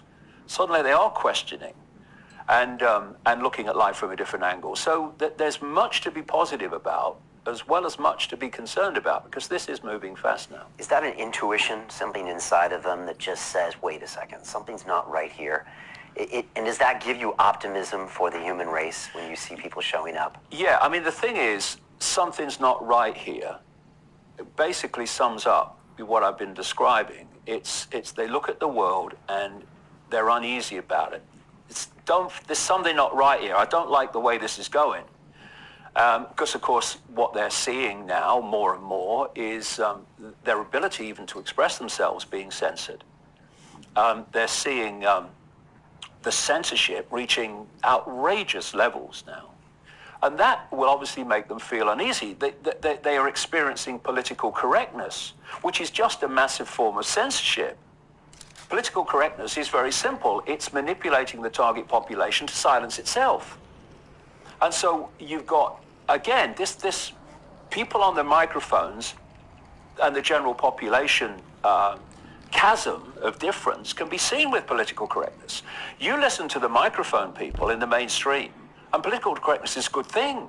Oh, yes, you can't say this, you can't say that. Oh, no, that'd be outrageous to say that. You talk to the general population, they're going, this is mad. This is crazy. I tell you what, I saw a video yesterday, actually, I put on my website, which kind of captured this. This guy in America, he's looked at the fact that they're now having, there's only one word for it, segregation between blacks and whites in reverse, as it was before. It was outrageous before, and reverse discrimination is equally outrageous. Racism is racism. It doesn't matter what race it is, it's racism.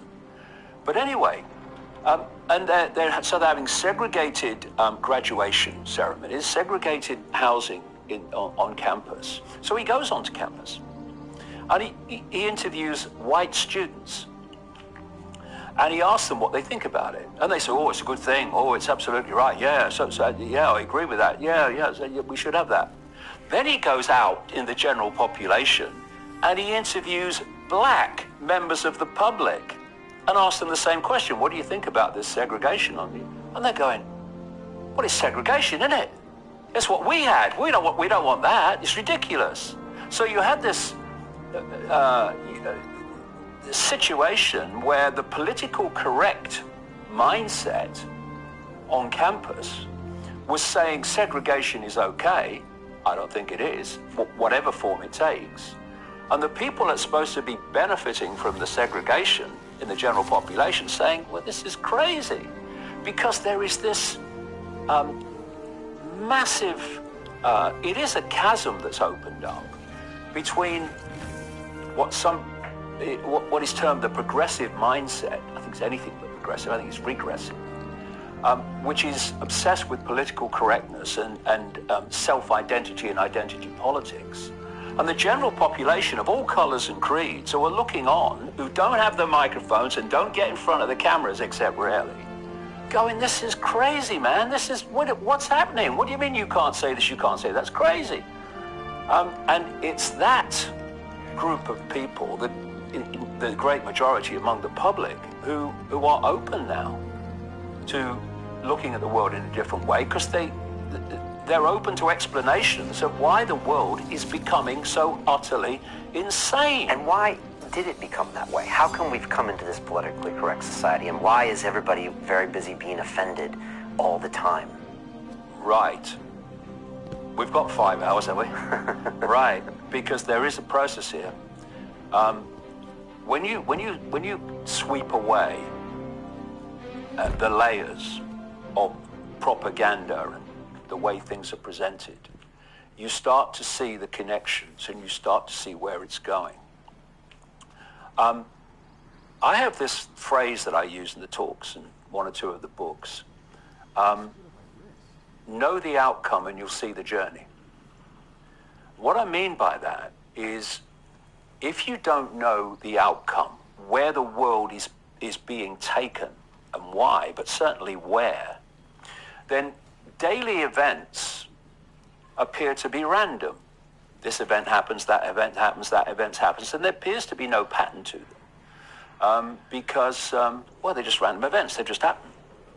But when you know what the outcome is designed to be, the random events now take on a very different interpretation. Because now you see that these apparently random events are stepping stones to that outcome. So what is the outcome in terms of political correctness and censorship? The plan is that eventually no one will see or hear anything that the authorities don't want you to see and hear. That's the outcome they're going towards. And so the censorship is squeezing and squeezing and squeezing free thought, free opinion, free speech. You're seeing it all the time. And one of the most important things, and this was all planned, I'll talk about all this forever as well, was to move where people get their information from away from newspapers and traditional media onto the internet. And now people get the vast majority of their information from the internet. Now, which is independent. Yeah, of course it is. And the key reason for that is, once it's on the internet, algorithms can start dictating what you see and hear. You know, they can't in a newspaper. You know, there's censorship in newspapers, of course, but at least it's there to be seen and debated. You know, well, why is this not in the paper? But what we're getting now is algorithms that are censoring what can be seen and heard, even once the codes are in, without human input. So, okay, but those same algorithms at YouTube make you one of our more popular guests and put these ideas out there. Is that a loop they haven't closed yet? Yeah, but they're closing it I mean, you Is know, it the illusion of free speech? A lot of my videos are being taken down, and it's, you know, you're subject to this thing called shadow banning, where you post something, but it's not seen by anything like the number of people who would normally see it.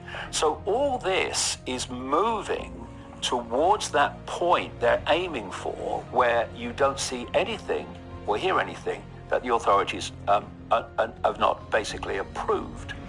And this is where political correctness and the destruction of free speech comes in. It's all part of the same thing. What you've got with political correctness is the population being manipulated to silence itself. So the more and more people they can be persuade and encourage to be upset and offended and have a sense of victimhood, the more excuses they have to say, no, we're stopping that, because it's offending people, that's offensive. You watch, the censorship has expanded in the same speed on this part of the censorship as people being offended has expanded, because they have more and more excuses to censor, because you mustn't offend anybody. And there is a rapid growth in people being offended, right? Absolutely, and because the more people that are offended, the more excuses you have to censor because they're offended.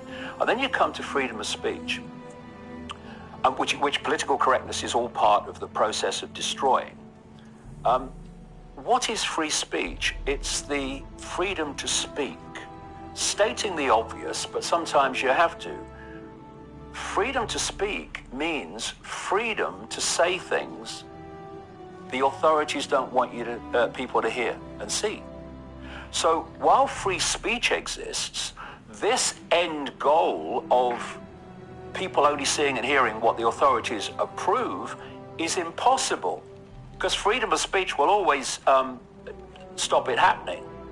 So this is why free speech is being targeted so fiercely, because until that's gone, they can't reach their goal. And if you look at the world and current events, just from this one perspective, that's the goal of complete control of information, then the stepping stones towards that can be very clearly seen in the vastly increasing levels of censorship. Is it happening faster than you thought it would? Because there seems to be a massive acceleration in the last 2 years with offense culture, people getting deplatformed, outrage upon outrage. People forgot the latest outrage.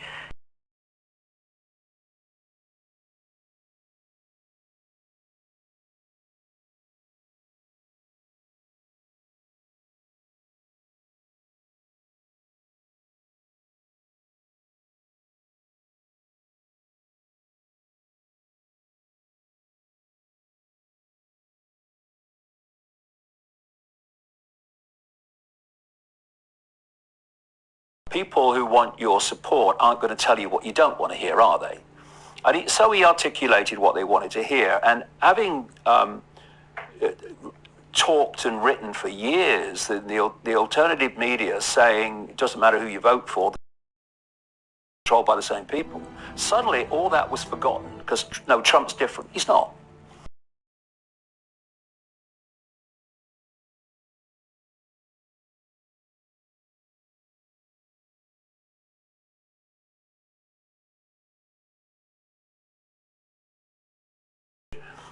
Behind this manipulation, this agenda for this global Orwellian state is tiny. How tiny? Well, I mean, in the end, if you got to the real core, you could get them in one room. That's how tiny, but then it goes out from that. 20, 30, 40, 50 people. Yeah, and then it goes out from that, and as you go out, you know, you're meeting people who, the further you go out, know less and less and less about what they're actually serving. So the technology CEOs of Facebook, Twitter, and Google don't necessarily know the grand plan, but they're close enough to the center. The idea that Mark Zuckerberg runs Facebook is a joke. I mean, have you seen those staring eyes in absolute terror and that bewildered face when he's being questioned on Capitol Hill? I mean, the idea he's running a company like Facebook is ridiculous. Obviously, you know, there are other forces involved here, and that's where you get your coordination from. That's why Amazon and Facebook and Google and Twitter are all, and Apple, are all censoring in unison because it's coordinated towards this goal of complete control of information. And so what you're seeing is free speech being targeted with more and more excuses to reach this situation of complete control. And this is really, really important, because the next stage to look at is this. Where does human behavior come from? It comes from human perception. If I have a certain perception of an event or a situation, I'll behave towards it in a certain way. If I have a different perception of that situation, I'll behave towards it in a different way. So perception, from perception comes behavior. Where does perception come from? It comes from information received. Whether it's personal experience, which is a form of information, whether it's a newspaper, Facebook post, or whatever, it's information received. Now, if you go deep in the shadows, beyond the politicians, you reach that level of this web where they understand, A, how reality works, they just don't want us to know, and B, how the mind works, how psychology works. And what we're looking at, because it's a few manipulating so many, the only way that you can achieve that is by controlling the perceptions of the many, and by dividing and ruling the many as well. But you've got to control the perceptions of the many. And to do that, you control information. And what this process of the internet and these internet giants, near monopolies, that process can be simply explained. And it can be explained why, up to relatively recently, the internet was censorship free. My God, not anymore. And why your Facebooks and your Googles and Twitters and stuff and Amazons were censorship free, and now suddenly they aren't.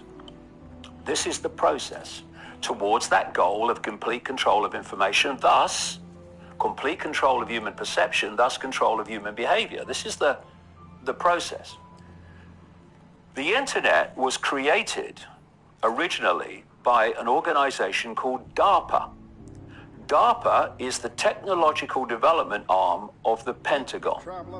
I would call DARPA evil, except it might sue me for defamation, or evil might sue me for defamation of character.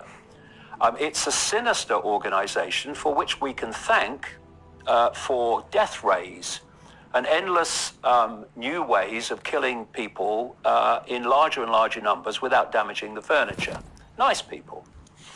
And they created the internet. Now, if they created the internet, it ain't good for humanity. Although it could be, and it has been. But ultimately, that's not the plan, or they would not have created it with military technology. The internet has helped your message, and it has helped people come to your and awaken. Yes, I'm going to go through that sequence now, how that came about. Now, the idea, and this is all connected to the smart technology and all the technologies that are coming in, and artificial intelligence. They had to get the internet to a point where it was the central pillar of human society. The central pillar of where all our information came from, the central pillar of control. This is why we now have the Internet of Things, where billions of pieces of technology, everything from your fridge to your car to your telly, are connected to the internet. But to reach that point, it had to be what people wanted. If they'd have introduced a censored internet from the start, the internet wouldn't be now what it has become. So they Trojan horsed it in. They Trojan horsed it in, a very good phrase. So what they did was have a uncensored internet, and people going, this is great. This is fantastic, and it became, the central pillar of human society. And of course, in that initial period where they were selling it, people like me and so many other people had the platform uncensored to get information out there, and it was great. And I'm sure, your DARPAs and all the connected organizations to DARPA were kind of, spitting through their teeth. But they had to do it to get the internet to where they wanted. In the same way, when your Facebooks died and your Googles and your Twitters and your Amazons with the books, they would not have reached this point they've reached of near monopoly if they'd have been censoring as they are now from the start. Instead, they did exactly the same thing. No censorship, say what you like, and people then became addicted to Facebook, and Google became by far the biggest search engine. Amazon has basically destroyed the independent book industry worldwide as it existed before.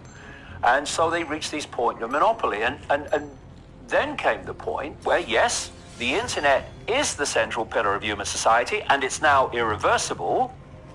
And yes, these are near monopolies. And who are you going to go to if not them? Who are you going to go to get any numbers watching your videos, if not YouTube, owned by Google, of course, or Alphabet, its parent company? So now we're in a position of power and strength. Now the internet's going to become what it was always planned to be. Now Facebook and Google and Twitter and Amazon are now all going to be what they always planned to be, which were gatekeepers on the information that people can see and hear. And because of that, human perception is increasingly being given a narrower and narrower band of information from which to form those perceptions. So perceptions are being manipulated. And I have a kind of very simple rule of thumb. When people say to me, well, what are the areas that are of the agenda? And I say, look at anything you cannot have an alternative opinion about.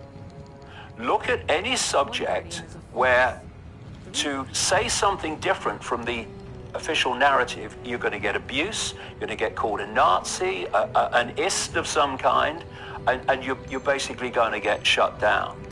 They are the key areas of the agenda, or many key areas of the agenda. And see, this is the whole point. If I want you to believe something, or I want the public to believe something, and I know that what I'm saying is so utterly flawed in my justification of it, that if there was an open debate where all opinions, facts, and evidence could be freely available and discussed, I'm going to lose the debate. So what I want to happen is not going to happen because I'll lose the debate, because I won't be able to justify it in an open debate. What do? You don't have the debate. You shut it down. So this is you making obvious that no one wants to debate you. Yeah. And they call you the ists. Yeah, exactly. Because that's what they do call you. Australia banned you recently. Yep. Said you were anti-Semitist. Yes, I know. You've been called a racist. Yeah. How do you respond to these things, and why do they say these things? Well, one of the, or two other reasons I was banned from Australia, having been given a visa last September, one minister, the immigration minister, overrode his own department 4 hours before my plane left in February to the ban. Two other things were my views on vaccines and my views on human-caused global warming. And that was a massive wake-up call for a lot of people in Australia. They cited those as the reasons you were banned. Yeah. In addition. That was a big wake-up call. Just before we go to the Did that surprise you that you got banned 4 hours before you took a flight down there? Not really, because I'd got the gist some weeks before that there was a campaign, basically by one person, to stop me speaking in Australia. The same person is now trying to get a Palestinian poet banned. You know, poets are dangerous, aren't they? Is this political correctness? Well, it's political correctness. But it's more than that. But just on that thing about, say, vaccines, what the Australian government is saying, and if you look at the vaccine thing, YouTube is now demonetized anti-vaccination videos. That's always a prelude to outright banning. Amazon started banning anti-vaccine books and videos as well. Netflix banned an anti-vaccine movie. Yeah. Now, we just come back to what I just said. If you can't win the debate, don't have it. Shut down that which is challenging your position. So here we have a situation in Australia where the pharmaceutical cartel, which makes billions out of vaccinations, can say what the hell they like, basically, to get people to vaccinate the kids and vaccinate themselves. They can advertise their wares on national television. I mean, American mainstream media television won't exist without the drug adverts. But one guy, coming in to do a few talks in Australian cities, having a different version of that, has to be banned. Now, that is insane when you look at it. There was a lady called Sherry Tenpenny. She's a doctor in America who's anti-vaccine. She was banned from Australia for her views on vaccinations. So they know they can't win the debate to the extent that they're terrified of a bloke from the Isle of Wight going there for 3 weeks, talking a bit and leaving. When what is pressing the version that they want people to believe is unlimited. I mean, how incredible is that in terms of not being confident you can win the debate? They shouldn't be worried about me, but they are, because what they're claiming is unsupportable if you have a proper debate on it. And of course, I am called anti-Semitic which is a misnomer, by the way. It means anti-Arab, in fact, anti-Semitic, because Semite is basically a term for a group of languages in the Middle East, the overwhelmingly vast majority of which are Arabic languages. So even the term anti-Semitic is a misnomer, but because they want to silence me. And we can get into some interesting areas here, not least in what's been happening to the British Labour Party. Right, we should talk about that. The Guardian did a quick description and said you claim that the Jewish people bankrolled Hitler, caused the 2008 global financial crisis, and staged the 9/11 terrorist attacks. That's why some of the reasons they call you an anti-Semite. Yeah. I say the Jewish people. No, I don't. The Jewish people are a whole community, a whole vast spectrum of belief and perception. But what happens is this. There has been created what I call the anti-Semitism industry, which is a protection racket. And it's not a protection for Jewish people. It's a protection racket to protect the far-right government in Israel from legitimate criticism. And you can see very clearly that it's not about protecting Jewish people, because any Jewish person that criticizes Israel gets the abuse to a greater extent than non-Jewish people do. We've had a situation in recent times when Jewish people have been expelled from the Labour Party for being anti-Semitic. I mean, it's like it's at the level of saying men and women are not biologically different. It's madness, because it's not to do with protecting Jewish people, clearly not. It's to do with protecting Israel from legitimate criticism. So this is how they work. And you're talking a tiny number of people in the Jewish community, what I call ultra-Zionists, the real extremists. The rest of the community are not involved in this at all. That's why when he says, they say he's saying the Jewish people, I'm not saying the Jewish people at all. So you're criticizing the ultra-Zionists. The ultra-Zionists, right, who have no desire to help Jewish people. They have a desire to help an agenda. Which include the Rothschild family? Oh, yeah, okay. all that stuff. Okay. So, and people like George Soros, for instance. George Soros is a multi-billionaire financier who has a network called the Open Society Foundations that operate in more than 100 countries and are basically driving this progressive, regressive, political correct agenda and all that goes with it.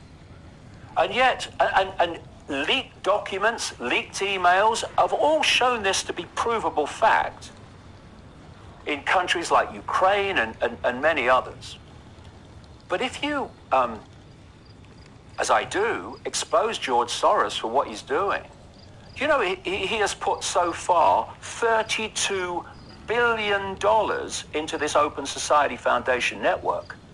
I mean, why is he doing that when you see how it works and what it's doing and what its goals are through what they call NGOs and stuff? So you expose what he's doing, not because he's Jewish, but because of what he's doing. What's the defense mechanism? You're only saying that because he's Jewish. No, I'm saying it because of what he's doing. I don't care if he's out of Mongolia. I don't care if he's middle class American or middle class whatever. I'm interested in what he's doing. But the protection racket, because that's what it is, then kicks in and says, you're only saying it because he's Jewish. You can't say that, that's anti-Semitic. And this is how the protection racket works.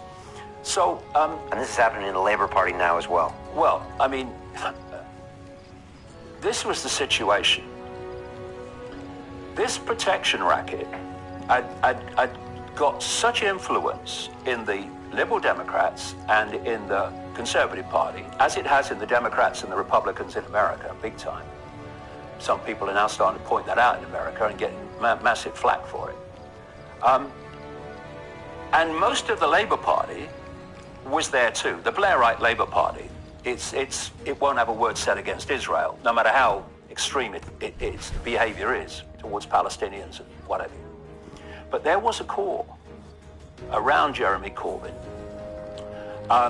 and that which supported Jeremy Corbyn, that was still willing to criticize Israel. And so the focus was turned on that.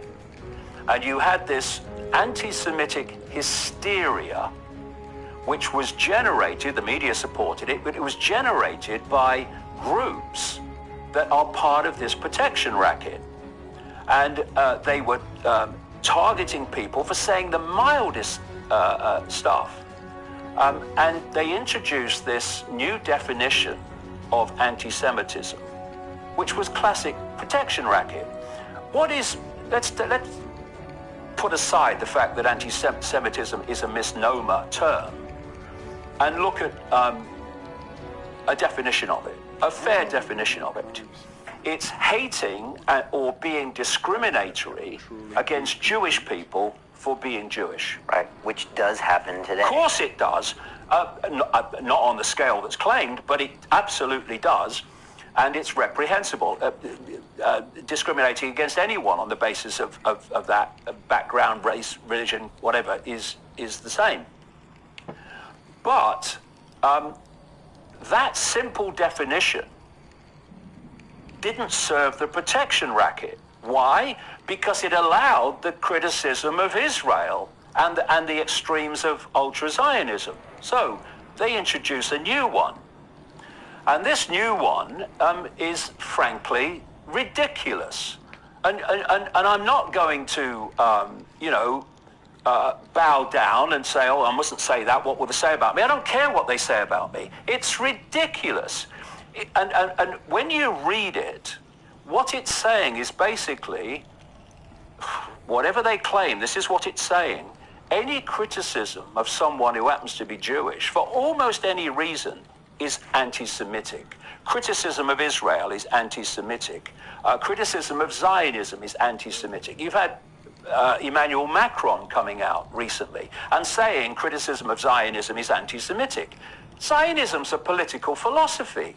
It's not anti-British to criticize the Conservative Party or the Labour Party, but what they've done is, and this is not Jewish people, this is the protection racket, which is a tiny number of very well-funded organizations, is they've expanded the definition to stop criticism of Israel. Now, what they wanted to do was to have the Labour Party accept this definition. And so they started the campaign of abuse against the Labour Party. Everything was anti-Semitic. Oh, they said they're anti-Semitic. Completely unjustified, this campaign? Well, in any group, you'll have some people who are discriminatory against this group or that group. Of course you will. But in terms of the scale they were claiming, it's insane. So what they forced the Labour Party got down on its knees eventually because its backbone went, and they've accepted this definition. So the abuse has got what they want. And now they're expelling people from the Labour Party, including Jewish people, on the basis of this new definition. I mean, how crazy is this? Where you get somebody, this is one example, who was born in Israel, Jewish, serves in the Israeli Defense Forces, took part, I think, in the 1982 war with Lebanon, and as a conscript, then stayed on and served in, I think it was PR for the Israeli Defense Forces, saw some of the extraordinarily horrific things that are done to Palestinians, and reevaluated his whole way of looking at what was going on, moved to Britain, and then thought, okay, well, what political party can I join where I can express my, what I feel about what's going on? He joined the Labour Party. That man's been expelled for anti-Semitism.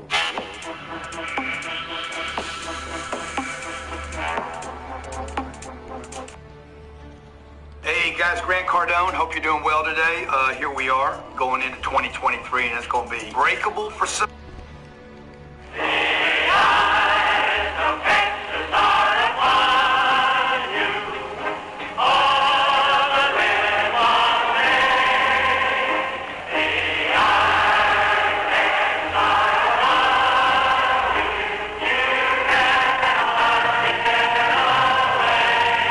Of Texas used to be a popular folk tune, but today the song could be about other eyes, the eyes of a spy machine. We live in the United States of surveillance, with cameras like these increasingly positioned on street corners and with much more invisible spying online and on the phone. Anyone who's paying attention knows that privacy could be out the window. That's what former newspaper editor Bill Kovach says. I think the idea of privacy is gone. I think you have to adjust to the fact that somebody somewhere may be watching what you're doing, and it may not be the government. It may be General Motors. It may be General Telephone and Telegraph. It may be the drugstore on the corner. All of this is not happening by accident. Well-funded, powerful agencies and companies are engaged in the business of keeping tabs on what we do, what we say, and what we think. Mass surveillance is the focus of this new 6-part investigative documentary series, examining who is watching whom and why.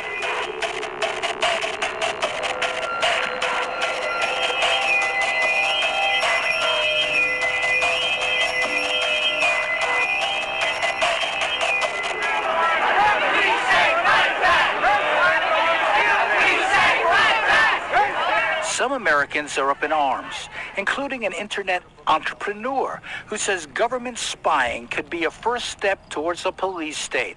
Alfredo Lopez. Let me put it this way. There is in the United States all the technology, from drones to computers to surveillance to day-to-day camera surveillance all over the country. There is a structure and apparatus for a police state.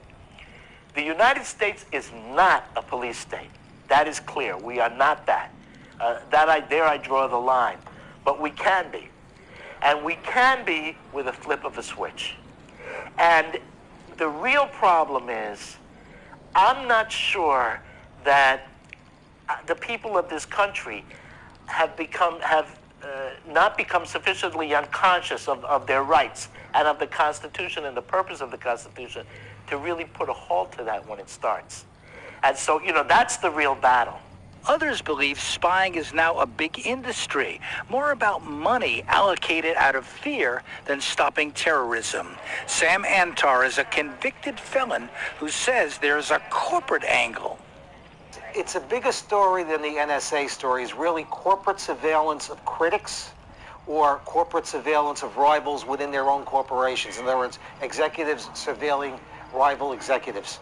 These companies are looking for the Edward Snowdens in their own world. Yes. To many in the world today, the face of America has a big nose for sniffing and sifting mountains of data, phone calls, emails, and texts, and with many mouths silenced by paranoia to keep what they decide is secret, secret. Even high-tech sector executives are deeply troubled. I'm incredibly disappointed. Truthfully, I had become disappointed over the last couple of years. I strongly had suspected this, like many others, that this was happening. But what I had not realized is that actually now we've created a situation where all commerce is unsafe, all communications are unsafe. You know, the most things that we had expected to be actually have some level of protection, completely eviscerated. Just like Toys R Us is one of our biggest stores for kids, Secrets R Us has become an American obsession, and now an explosive and divisive issue that affects people all over the world. It's important that the U.S. is embarrassed by this, because there isn't a way around it. They should stop it. They should stop in deceased. They should sign a treaty saying they will not conduct cyber war. They should sign a treaty saying they will respect the human rights of the whole world. Taken together, America has become a surveillance industrial state, where everyone's business has become its business, and where one huge U.S. intelligence agency has been given the sanction and unlimited amounts of money to spy on the whole world. In this series, you'll meet a former undercover FBI agent who says government spying is out of control. We want the intelligence agencies and the law enforcement agencies to have power to go after people who are doing harm. But these programs are being done regardless of any suspicion of wrongdoing. And a computer whiz who did the same kind of specialized secret work that whistleblower Edward Snowden did, but for the military. Well, I mean, when you work for the government, you're like, hey, I'm here to do a job. You know, and at the end of the day, go home and make sure the job's done right. And it's really that simple. And the federal government has a lot of really outstanding people that work for it. I mean, high-end, high level. They wake up dedicated to make sure that it's done to the highest level you can imagine. But sometimes you just have people that just do their thing. You know, they become upset with what they see. You will also hear from Edward Snowden's personal lawyer, who says that his leaks to the public were leaks of conscience. The 3 divorces that I had were the reasons I was able to... Says that his leaks to the public were leaks of conscience. You know, Edward Snowden has no desire to harm his country in any way. He believes that he's still on the side of his former colleagues, but they just don't see that. We've tilted too far in the direction of collecting information on innocent people. At the same time, writer Andy Greenberg of Wired magazine says Snowden's revelations are leading to reform. It seems that he's their worst nightmare, a kind of genius employee gone rogue. What I do see that's kind of remarkable is that his leaks are already starting to inspire reforms. Even as the government, the Department of Justice, calls for his imprisonment, the president himself is talking about how the NSA needs to be reformed based on what he's released. Going forward, I'm directing the Director of National Intelligence, in consultation with the Attorney General, to annually review, for the purposes of declassification, any future opinions of the court with broad privacy implications, and to report to me and to Congress on these efforts. Stopping mass surveillance is also an issue that is building in intensity. I cannot stand this anymore! As a mother, as a daughter, I cannot try to explain this situation to my children. Effort that's uniting strange bedfellows from across the political spectrum. I'm proud to sound here with Democrats, with Republicans, with progressives, with libertarians, because this is not about right and left. This is about right and wrong. In this series, we'll tell you what NSA really does, how it works with telecom and internet companies, and the threat it poses to a free press and democratic values. It's not only a violation of freedom of the press, it's a violation of the public's right to know. Information is the oxygen of a democracy. It's not just about participating in democratic processes. It's about being informed. That's what makes democracy meaningful. And when we don't have that information, when a very powerful entity, the government, has the information and the people don't,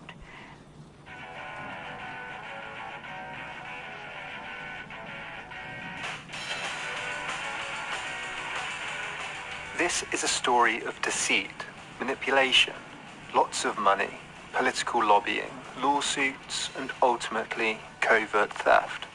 The history of the internet has been one of big capital pilfering from public investment and national infrastructure, the expropriation of academic research, of democratic open source alternatives being forced illegally from the market, of devices to steal our privacy for profit being quickly snuck into our homes, our cars, our watches, glasses, and phones.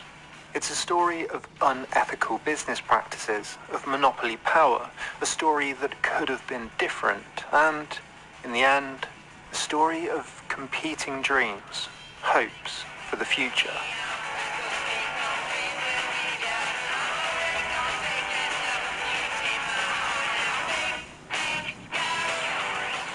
It's a big history, one that needs to be told properly, and one in which that verb, to steal, will be returned to.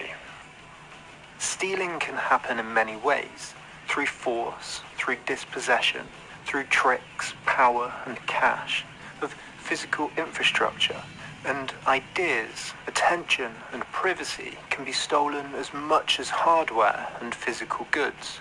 We'll see how this story has some striking parallels throughout history. This is the story of the ideologies, the battles, the court cases, the innovations, the lost hopes. From Microsoft to Uber, from eBay to Google, from the US Department of Defense to dimly lit university laboratories in basements, from Napster to 9/11. This is the story of the internet.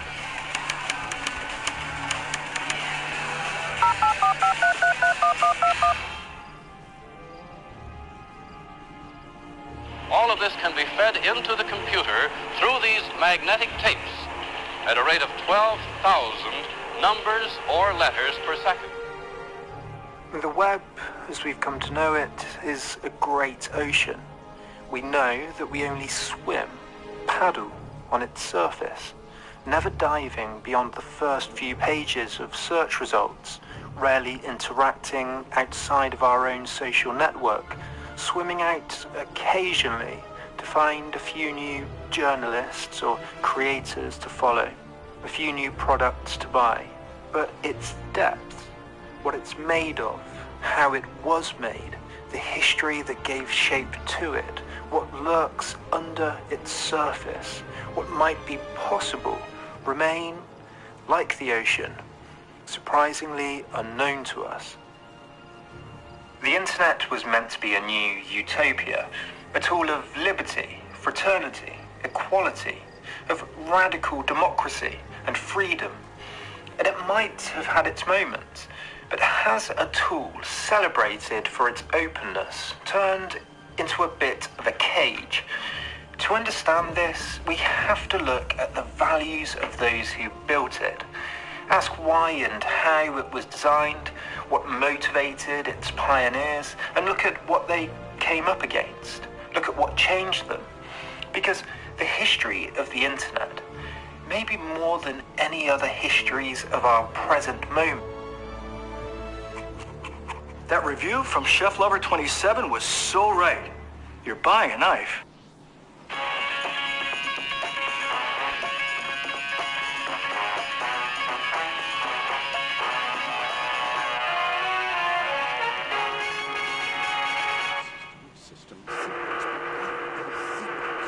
This is the story of a 30-year search by U.S. intelligence agencies to perfect mind control. Some of those engaged in that search have agreed to talk about it for the first time. One said, "I think every last one of us felt sorry to attempt this kind of thing. We knew we were crossing the line." The search would be endless. From brothels, an agent says, we learned a lot about human nature in the bedroom. to the mystical rites of a magical mushroom ceremony performed by an Indian shaman, to a Spanish bull ring. The bull has had electrodes implanted in the brain and is controlled by a scientist. There would be victims.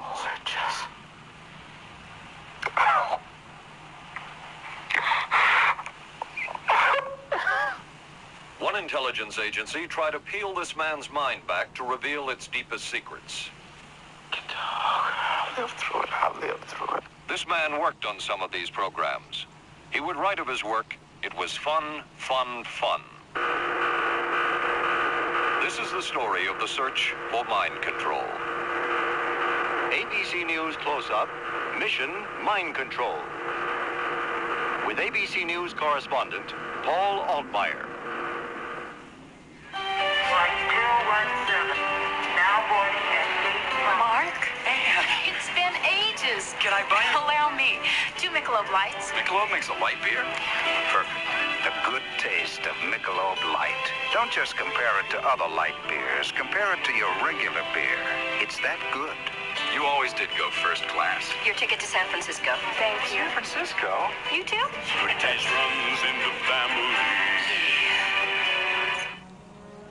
Mrs. Cooper, I need help. Oh. With all these different dog foods, I don't know what kind to feed him. Dry, soft. Honey, it's not the form, it's the formula. Those are for any dog, young, old, whatever. But Cycle 2 dog food is especially for dogs ages 1 to 7, like mine. The Cycle 2 formula has just what dogs in their active years need to help stay healthy. And happy. With Cycle, I know what to feed him. Now get Cycle 2 in 25-pound bags. We are not professing to tell you the complete story of these activities. We are professing to tell you the complete story that we know. But these records that we've uncovered don't tell the story. They tell pieces of it. This is a story that has been told in bits and pieces. This is an attempt to pull most of it together. We know we don't have the full story. We do, however, have some striking new revelations and insights. The story begins here, just off the nation's front yard, the Mall.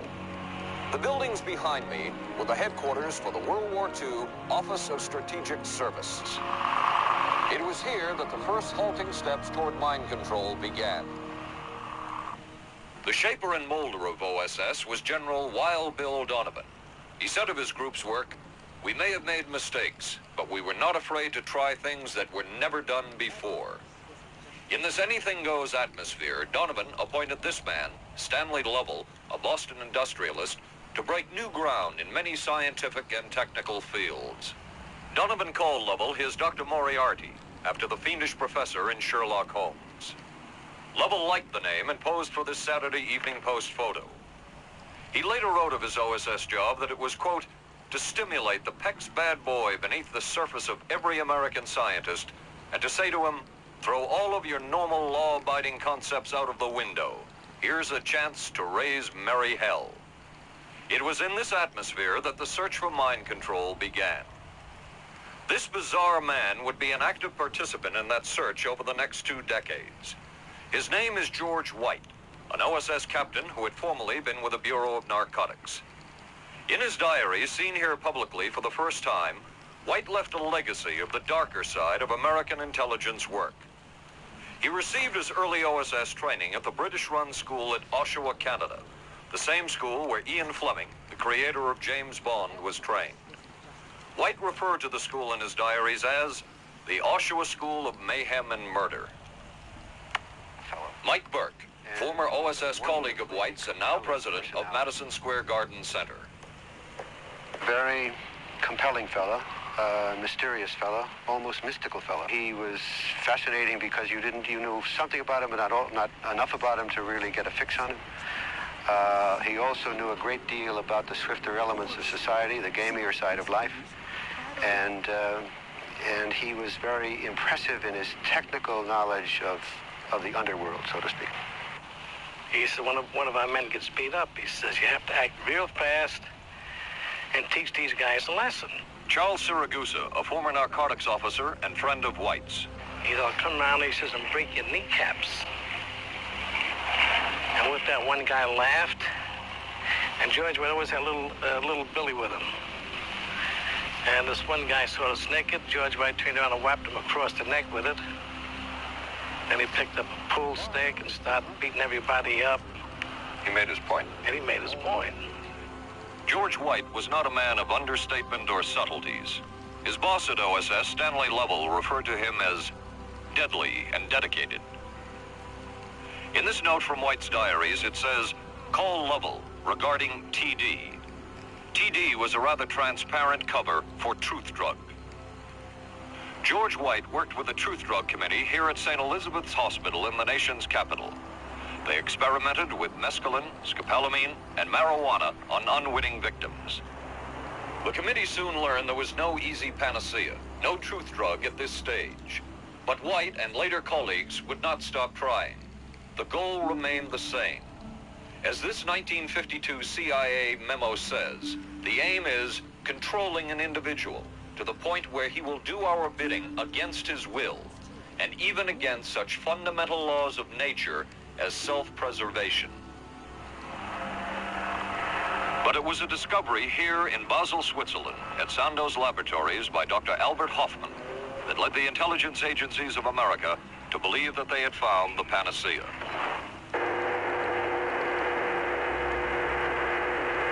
The discovery was lysergic acid diethylamide, LSD.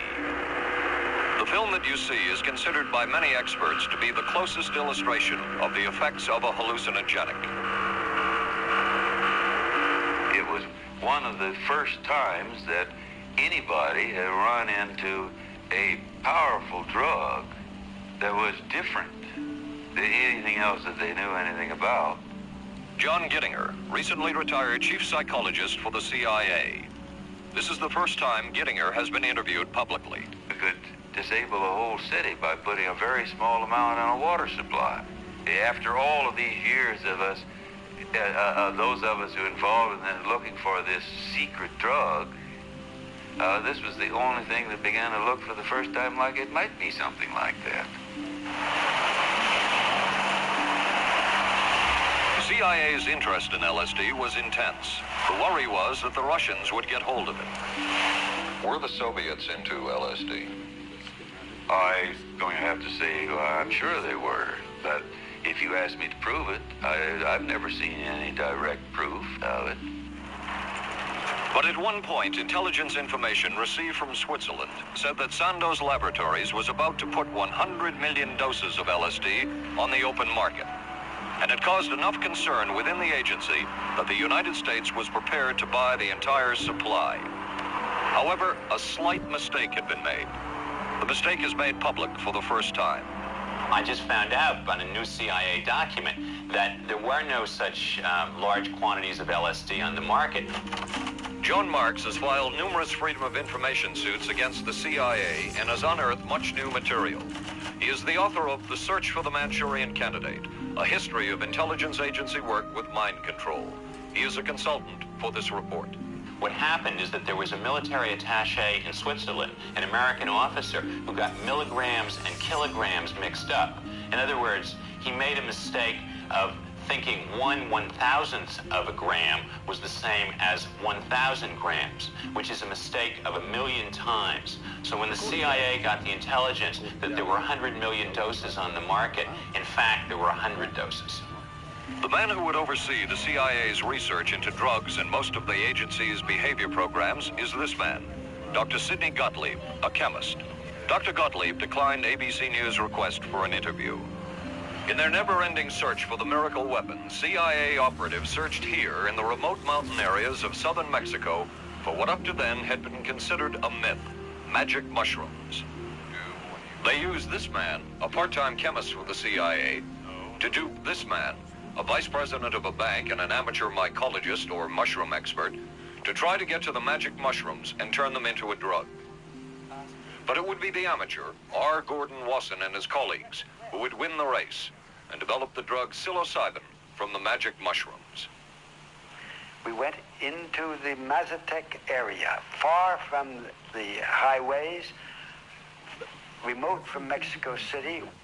There we found that rotten bagasse, as it's called, bagasso, covered with mushrooms. These mushrooms I didn't know, had never seen. They were the sacred mushrooms.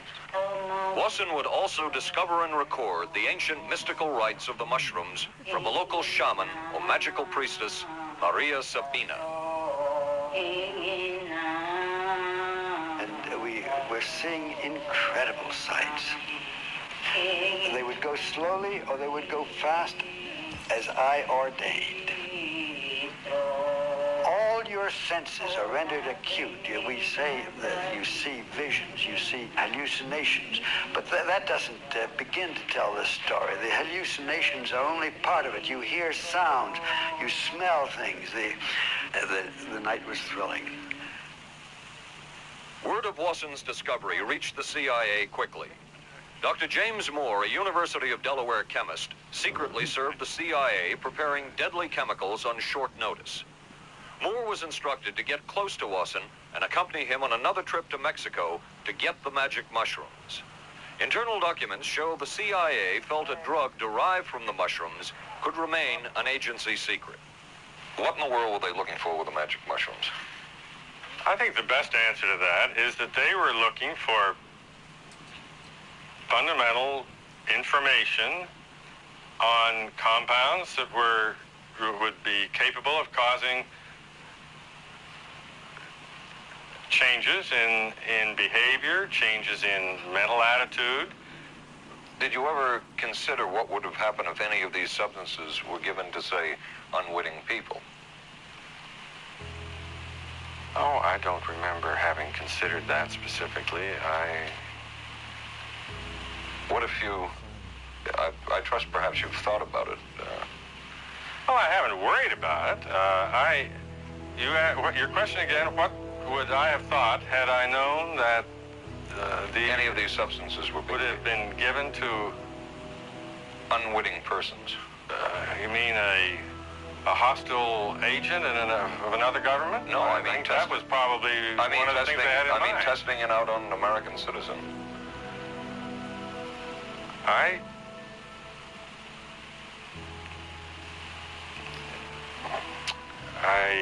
guess He's avoiding the question. I must seem very, very cold-blooded about this, but I don't recall ever having been very much preoccupied with that issue. But many drugs were tested in this way. A decision was made at the highest levels of the CIA to do testing on unwitting Americans. As one CIA document says, such testing would be operationally realistic. A former CIA official who worked on these programs describes for the first time how the decision was made. He did not wish to be filmed or recorded. Thus his remarks are read by someone else. I think every last one of us felt sorry to attempt this kind of thing. We knew we were crossing the line. Every decent kid knows he shouldn't steal, but he does it sometimes. We knew damn well we didn't want anyone else to know what we were doing. The decision was made to do testing on unwitting victims. It was decided they should be on the fringes of society because they were most vulnerable. It was the borderline underworld. Prostitutes, drug addicts, and other small-timers who would be powerless to seek any kind of revenge in case they found out. And as their predecessors had a decade earlier, the CIA turned to George White for help. White was now a high-ranking narcotics official, and by this time, the stories about George White were legendary. So the waiter says, "May I help you, monsieur?" And George White was busy talking with me. I paid no attention to the waiter, so the waiter tapped him on the shoulder, says, "May I help you, monsieur?" George White turned around, whipped his gun out, and stuck it in the guy's face like this in this crowded restaurant. George White did not mind bending the law, and he knew the street well. He was the ideal choice for what the CIA had in mind. We were Ivy League, white, middle class. We were naive, totally naive about this, and he felt pretty expert. He knew the whores, the pimps, the people who brought in the drugs. White set up so-called safe houses for the CIA in New York, here in Greenwich Village. And later in San Francisco, in this hotel, and in an apartment atop Telegraph Hill, with a commanding view of San Francisco Bay. While the existence of these safe houses was disclosed last year, details of what took place within them has not been told. A former CIA official who worked in the safe houses reveals that they were used not only for drug testing, but to study sexual behavior and how it could be used to manipulate people. We did quite a study of prostitutes and their behavior. How do you take a woman who is willing to use her body to get money out of a guy to get him to talk about things which are much more important, like state secrets? We learned a lot about human nature in the bedroom. We started to pick up knowledge that could be used in operations. There would be victims in all of this, but as the agency knew, they couldn't fight back. Some entries from George White's diaries. Clarice gets horrors. Janet, sky high. As one agency memo says, we have no answer to the moral question. The safe houses were not the only testing grounds. Millions of dollars would be spent on LSD research at universities throughout the country. And word would begin to spread on campus about this so-called mind-blowing drug. And suddenly, there was the counterculture of the 60s. I give the CIA a total credit for sponsoring and initiating the entire consciousness movement, counterculture events of the 1960s. Dr. Timothy Leary, the 1960s Johnny Appleseed of LSD. The CIA funded and supported and encouraged hundreds of young psychiatrists to experiment with this drug. The fallout from that was that the young psychologists began taking it themselves, discovering that it was an intelligence-enhancing, consciousness-raising experience. I know that some of the studies in which the CIA had supported used as subjects people who later became strong proselytizers of LSD. So in that sense, yes, I think it did sustain the perpetuation of the use of the drug. And it's rather ironic, isn't it? The counter case that I would make in relationship to that is to remember that the people who were doing the research were people who would be doing the research regardless of who was the sponsor. I don't think anybody working in that time in the remotest ever thought that it would blow up into the kind of thing that it did.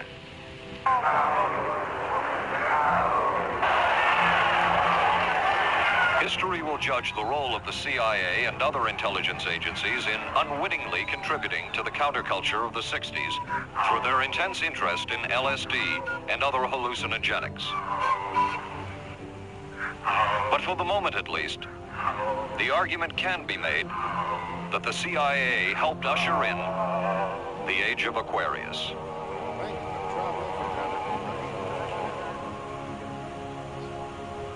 ABC News Close-Up will continue in a moment.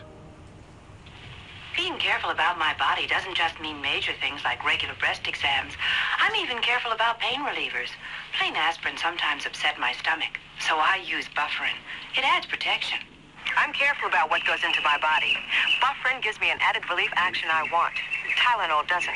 Only one leading tablet has both. An added relief action in many cases that Tylenol never provides, and protection ingredients. Bufferin. Now I'm careful to get both with Bufferin. Your sink trap's clogged with grease. Use Crystal Drano. I'll pour in liquid plumber. Don't. It may not work on that grease clog. No? Crystal Drano will. Look, liquid plumber's quiet. It's not melting that grease. But Drano is. It broke through. Will Drano hurt metal pipes? No. So liquid plumber didn't break that grease clog. I'm switching to Drano. To make clogs go, better use Drano.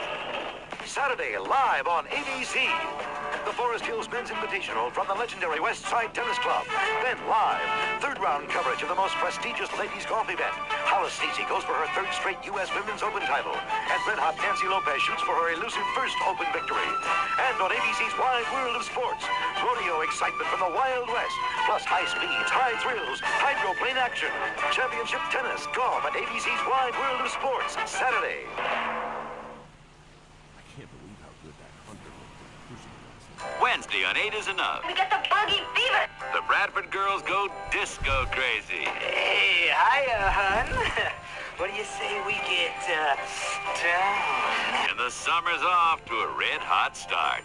And Charlie's Angels play the horses. I want to be a jockey. But end up in a dead heat with death. Then, the ghost of Jack the Ripper haunts the back streets of Vegas. Tomorrow, starting at 8, 7 Central and Mountain on ABC.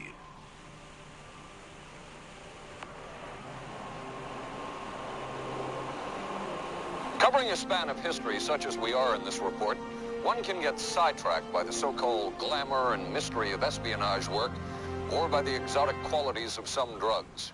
But what you can't lose sight of is what all of this would mean in terms of individual human beings. There would be deaths, there would be long-lasting and harmful effects. The best-known case is that of this man, Frank Olson, a chemist employed by the Army Chemical Corps, who in 1953 was slipped LSD unknowingly at a meeting with CIA officials. Shortly after that, Olson went into severe depression. He ended his life at this New York hotel by diving through a shaded closed window in his 10th floor room. Frank Olson was the first known fatality in the CIA's LSD program. Olson left behind a widow, Alice, and 3 children, but it would be years before they learned the real story of his death. Shortly after his suicide, Alice Olson was visited by Dr. Sidney Gottlieb, the man who had administered the drug, and by Robert Lashbrook, his deputy, who was the last person with Frank Olson the night of his death. It was probably to check me out and see whether I was handling myself and handling the situation, whether I was hysterical. And I'm sure they left the house feeling ever so much better because I had been gracious and hospitable to them, so that I must have played right into their hand and made them feel fine. 23 years later, how did you feel about that meeting? My anger was unbelievable at how I had been duped for this length of time, and the anguish which was unnecessary. Anyone who knew during all of those years never told Alice Olson the real story of her husband's death. She would discover it by accident more than 2 decades later. In essence, it was a 22-year-long cover-up. Lyman Kirkpatrick was Inspector General of the CIA at the time of Frank Olson's death.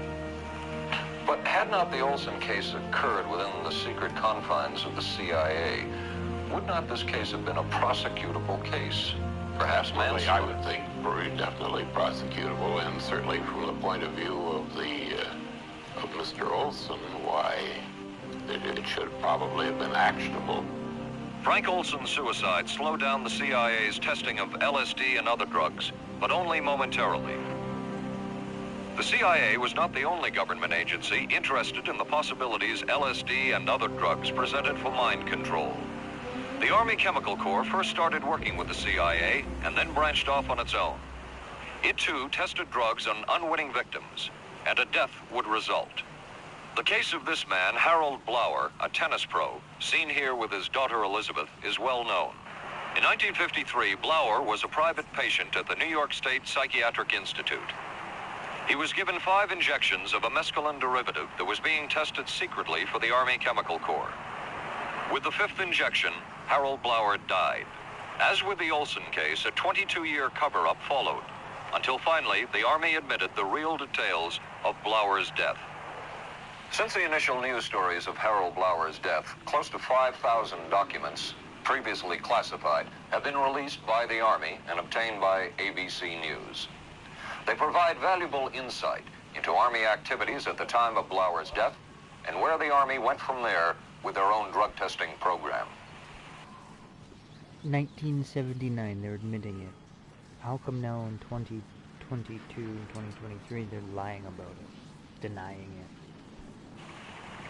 From a previously classified deposition of Dr. James Cattell, who administered the mescaline derivative, on the purpose of the drug testing, to produce symptoms similar to those that you see in schizophrenia, on how much the patient knew about all this. We didn't delineate all the possibilities of what might happen because then you contaminate your experiment. Cattell then relates that he never even knew what drug he had given Harold Blower because of the secrecy of the Army experiments. We didn't know whether it was dog piss. This was secret. This was a secret. We weren't in on it. We asked Blauer's daughter Elizabeth for her reaction. What? How can anybody react to that? I mean, that is so far from what you'd expect from a human being, never mind a doctor, never mind a professional specialist who's supposed to care about people's minds. It's unbelievable. A suit filed by Elizabeth Barrett against the Army Chemical Corps is now pending in federal court. Other Army experiments continued on mental patients around the country. Work done at the Tulane Medical Center in New Orleans involved several drugs, hallucinogenics, and electrodes implanted in the brain. The chief researcher was Dr. Russell Monroe, now head of the psychiatry department at the University of Maryland. These are various programs. Electrodes in the brain. Huh. Now Neuralink is starting to make sense, right? Right?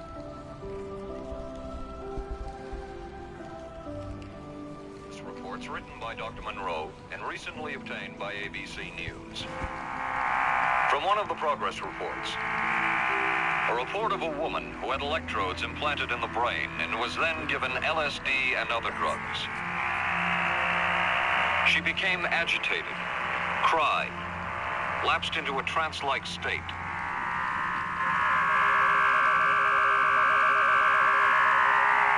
Felt as if she were about to have a convulsion, experienced waves of darkness and light, had bizarre sensations in her neck and legs, said somebody was trying to manipulate her body. At this point, Dr. Monroe wrote that the woman was obviously having paranoid ideas. As a layperson, perhaps you can enlighten me. What therapeutic effect would the type of experiment that I just described have on a patient? Well, the therapeutic effect would be indirect. Was this patient aware that she was being given LSD? Yes, I mean, they were told that they would be given some medications, and they should have specifically LSD? Well, we told them, I don't think that they would have even known what LSD was then at the time. They were told that they were going to they would be given some medications which might make them feel worse. Dr. Monroe, what? That's not telling them mind altering. Nor is it telling them it might be their plan, or it might be mind control. So in other words, no, he never told you. What do you think the Army Chemical Corps was looking for in all of this testing?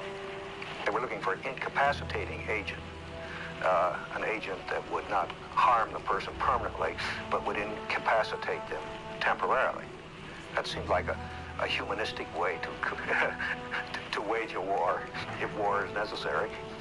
When James Thornwell was given LSD by Army intelligence in 1961, this time it was no experiment. This time, the express purpose was to peel back Thornwell's brain to bear any secret within it. This time, the Army had gone operational. Thornwell, as reported on ABC last January, was an Army private stationed in Orléans, France. Classified documents were missing from his unit. Thornwell became a suspect.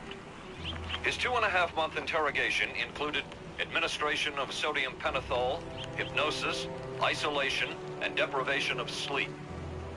Army documents obtained by ABC News refer to this interrogation as conventional. Despite the severe questioning, Army intelligence was getting nowhere with Thornwell, and it was decided to slip him LSD. For 16 years, Thornwell never knew what had hit him. Tell me about the acid. I'd rather not. It's a bad trip. It's a bad trip. That was a bad trip. The pain was so excruciating. It felt like somebody was sticking me with 1,000,000 pins. You know, just everywhere. Oh, it just...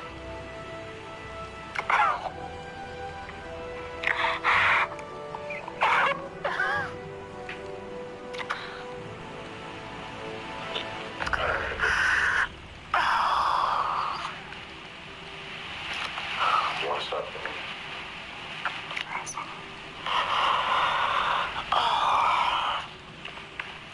I walked around. What's up? Oh, I can talk. I'll live through it. I'll live through it. I'll live through it. No charges were ever brought by the Army against Thornwell. He was discharged for psychological disorders. But an Army psychiatric evaluation of Thornwell obtained by ABC News, one which was done prior to Thornwell having been given LSD, says of him, fairly cooperative, oriented, alert, and gave no evidence of psychosis or depression. From the Army's point of view, this type of LSD interrogation was a success. Other documents refer to the exploitability of interrogation subjects, cracking them, keeping them off balance mentally, and providing an economical, speedy, and productive aid to interrogation. From James Thornwell's point of view, it was no success. Thornwell still has serious problems. He's run through 2 marriages. He maintains he can't hold a job, can't concentrate, has nightmares, and feels socially and emotionally isolated. Last fall, Thornwell filed suit against the government in federal court. In a moment, we will examine the closest experimentation to brainwashing that we have uncovered.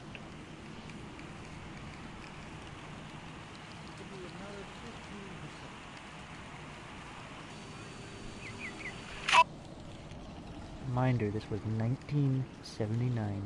Admitting. Oh, for crying out loud. Something wrong, Will? You pick up a paper these days, you learn life isn't as simple as it used to be, and neither's food. Is that why you eat grape nut cereal? Yep, you couldn't ask for a simpler cereal. Wheat and barley, vitamins added, no preservatives. Sure looks simple. Has got a natural nutty taste. What's good for breakfast, guys? How about something nice and simple? Grape nuts, the simple cereal.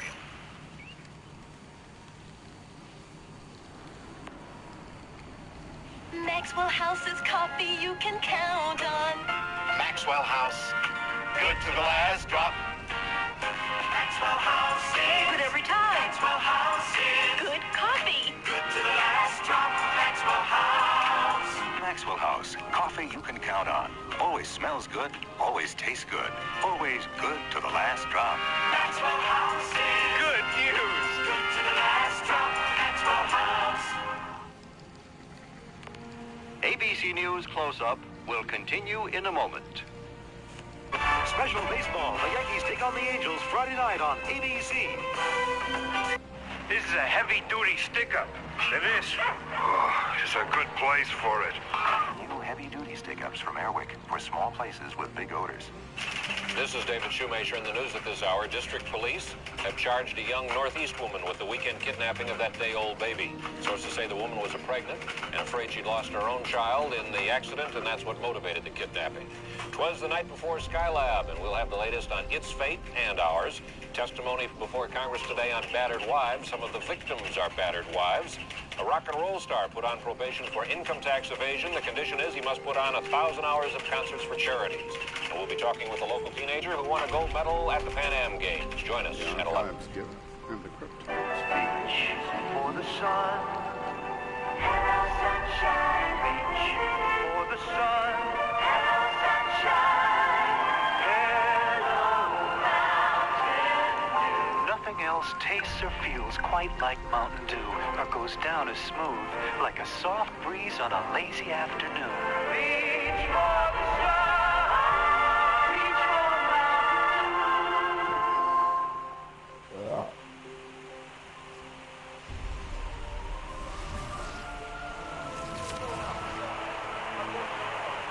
By far, the most chilling experiments we have uncovered took place at this Gothic estate called Ravenscrag, halfway up Mount Royal in Montreal. It houses the Allen Memorial Institute of Psychiatry of McGill University. It was here that the CIA funded a series of experiments, severe experiments. The work was done by the Institute's then director, Dr. Ewan Cameron.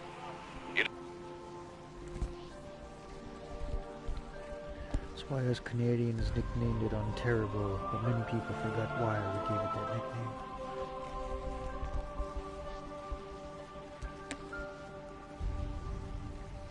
It's the closest experimentation to brainwashing yet disclosed. His work, unprecedented in psychiatry, consisted of 3 areas which he called sleep therapy, psychic driving, and the ultimate depatterning. Dr. Maurice Dongier, current head of the Allen Memorial Institute. In his psychic driving, so-called type of therapy, he would give the patient intensive electric treatment in order to make the patient regress deeply, become forgetful, and then he would attempt to implant new ideas in the mind of the patient. Now, to a layman, it would appear that Dr. Cameron was trying to take the slate and wipe it clean, the slate being the mind. In other words, brainwashing. Exactly, that's a very good comparison. Brainwashing. Yes. Val Orlico of Winnipeg, Canada, the wife of a member of the Canadian Parliament, was a patient of Dr. Cameron's. She entered the Allen Memorial Institute because of severe depression. She describes for the first time publicly the LSD therapy and psychic driving treatment that she was given by Dr. Cameron. And then the drug began to take hold very rapidly because it was an IV injection. And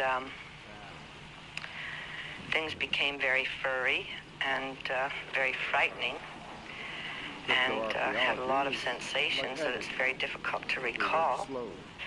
Nobody explained it to me. Nobody ever asked me if I was willing to do it or anything. He had this feeling that he would be able to get through the resistance of illness and to reach deep changes very quickly. Did he? I don't think that when you look at that in retrospect, the hopes that he had have been in any way fulfilled. But Cameron would plunge on. The next step was what he called psychic driving. This involved almost endless tape-recorded messages and more drugs for the patient. Cameron wrote that this was the way to make direct control changes in personality. I thought this was the coldest and most impersonal treatment that anybody could give to anybody in the world. And I became more and more despondent and more angry. I just became so despondent that I thought I can't live like this any longer. And I thought I would just go out and throw myself underneath the cars on McGregor. I stood on the curb of that street and I stood there and I thought, okay, go. Okay, go. And then I thought, what if you're not killed? What if you're just maimed? What if you don't die and you live and you can't even talk anymore? And I couldn't do it. The most severe technique Cameron used was depatterning.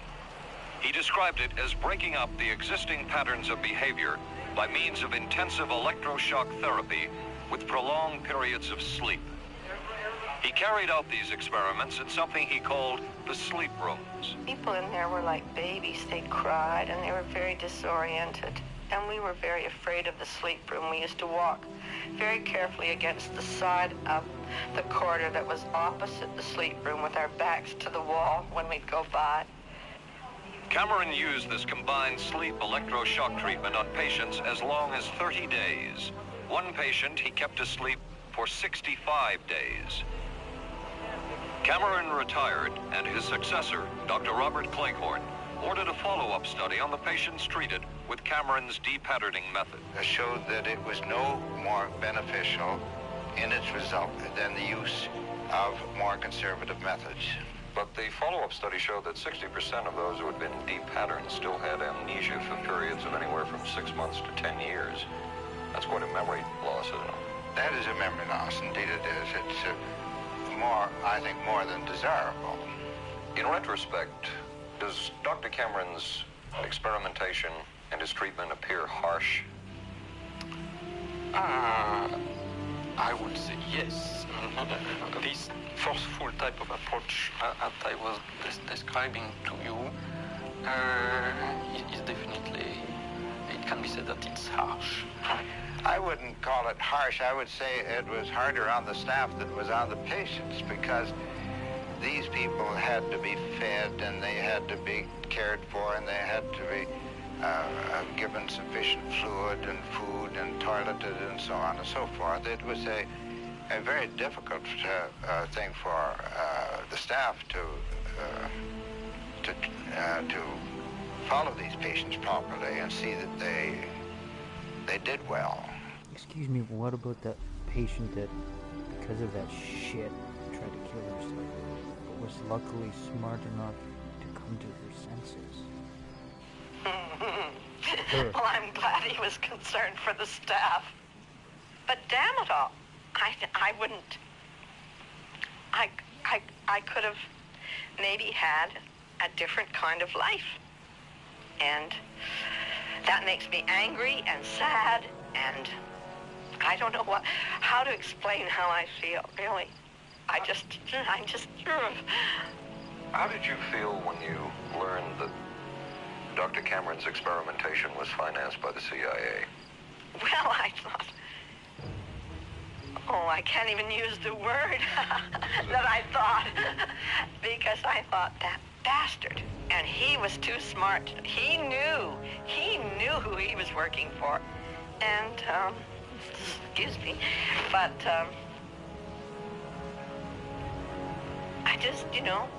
I just can't, sometimes I can't believe it. And yet I know it's true. If you had the opportunity to say something to the people at the Central Intelligence Agency who financed this study, what would you say? I realize the CIA is a very important organization and they have a very important job to do. But God, it surely doesn't have to be done on people who are totally incapable of knowing what's happening or having any defense against it. And I can't imagine the mentality of people who would do this. I just can't. If they're doing that, what else are they doing to us? They're doing that to the average person, unwillingly. As for Dr. Cameron, he died in 1966 while mountain climbing. A colleague wrote of Cameron, "For him, the ends justified the means. And when one is dealing with a waste of human potential, it is easy to adopt this stance." Dr. Cameron seemed ideally suited for what the CIA had in mind.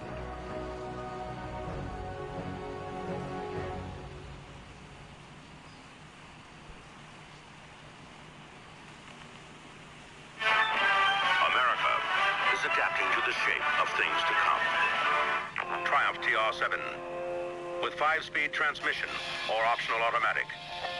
Wide steel belted radials, front disc brakes, front end spoiler, rack and pinion steering. Triumph TR7. No other sports car looks like it. No other sports car drives like it. Triumph TR7. The shape. Hey, don't worry. They just got lucky. I'm sorry, I let us down. Forget it. We'll beat them next week. No, I really let us down. Come on. How about a Michelob Light, huh? Michelob makes a light beer? Sure. The good taste of Michelob Light. Don't just compare it to other light beers. Compare it to your regular beer. It's that good. This Michelob Light is great. Hey, you know what our real problem was today? Yeah, you were terrible. Good taste runs in the family. The many roles I play call for many hairstyles. So I use hot curlers, blow dryers, things that can be brutal to hair. I switched from one conditioner to another looking for help. Then came Alberto VO5 hot oil treatment. It works just like a salon hot oil treatment, but takes less time and money. I never switch again. Prisoner on my biological urges. Sorry to hear that. Then, authorities say this Texas motorcycle gang murdered a federal judge. People are always scared of something they don't understand, and they don't understand us, so they're scared. Geraldo Rivera investigates dope, death, and the banditos on 2020. Thursday, starting at 9, 8 Central and Mountain on ABC. We should hit them now. It was the Cold War, and especially the trial of Joseph Cardinal Mindszenty, who was forced to testify in a Hungarian court that he was a spy. And then later, the Korean War, with the coerced and mainly fraudulent confessions of American servicemen. My information took place on the... That would spark intense interest in intelligence circles about brainwashing. The CIA secretly commissioned a study of communist brainwashing methods at the Cornell University Medical Center. A leader of that study was Dr. Lawrence Hinkle. He explains first the Russian method of controlling and breaking a person. Absolutely isolated from everyone else, with one man whose job it is to get you to write the extent to which you are a criminal. In this setting, you can get people to do most anything, do you see? Because you don't have to lay a hand on them. And by the time you get through and you go up before the judge, the fellow says, were you a spy? He says, yes, I was a spy. The Chinese never really had this kind of a state police system. They would get him in, and all this fellow does is ask you to write, rewrite, and talk to him about your whole life. Graduated from pilot training in 1949. While the purpose of the study was to find out about communist brainwashing techniques, CIA documents show that the agency was interested in developing mind control methods of its own to precondition and control Chinese living in this country to be sent back to their homeland as CIA agents. What do you think they were looking for? Well, I think they weren't looking for agents or anything like that. Yet the agency's perception of the work you were doing, in CIA documents we have examined, it says that the project that was being done here, they intended to use everything learned about the new agents to induce them to, quote, to perform acts of a complex, purposeful nature. Yeah, but that was the never effects done. of which may be out of keeping with the individual's That previous sort behavior. of thing was never done. Those people were not, that was, when they first came here, the first people they sent up to see us, do you see, were operational type people from the CIA with some rather wild ideas. Okay, this is their perception of it, if I could No, just it wasn't continue. their perception of it. No, it wasn't. Dangerous to his being, contrary Yeah, to I any previous understand that, consciously but you expressed see, intentions and now interests, here, contrary to the good of the individual, and subvert. Why is he trying to not let it be said and heard? To the goals for which he is Yeah, I consciously understand working. all this talk. But the situation was, you see, those things were never done because of wise people on both sides. We not able to do this nor interested in it. They were, though. Some of the low-level people were, but the high-level people were not, to tell you the truth. But documents clearly show that the CIA was attempting to develop agents over whom they had as much control as possible. Agents who would perform tasks contrary to their own good.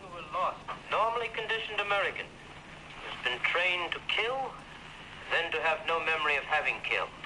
His brain has not only been washed, as they say, it has been dry cleaned.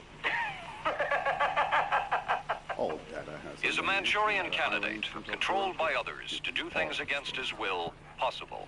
It was a remarkable film because, as far as I'm concerned, it made something totally impossible seem absolutely credible. I would say the answer is yes, but there are many qualifications to that. Dr. Milton Klein, a psychologist, a clinical and experimental hypnotist, and unpaid consultant to the CIA. Qualifications would be the subject selected to produce the kind of behavior that you wish, the amount of time, the procedures that are utilized, and the motivations of the people who are designing, executing, and administering the procedures. You're asking whether an individual can be, under hypnosis, influenced, coerced, persuaded, shaped to perform an antisocial act, or a destructive act, or an act of violence. My answer would be yes. Captain Marco, will you be good enough to lend Raymond your pistol, please? Yes, ma'am.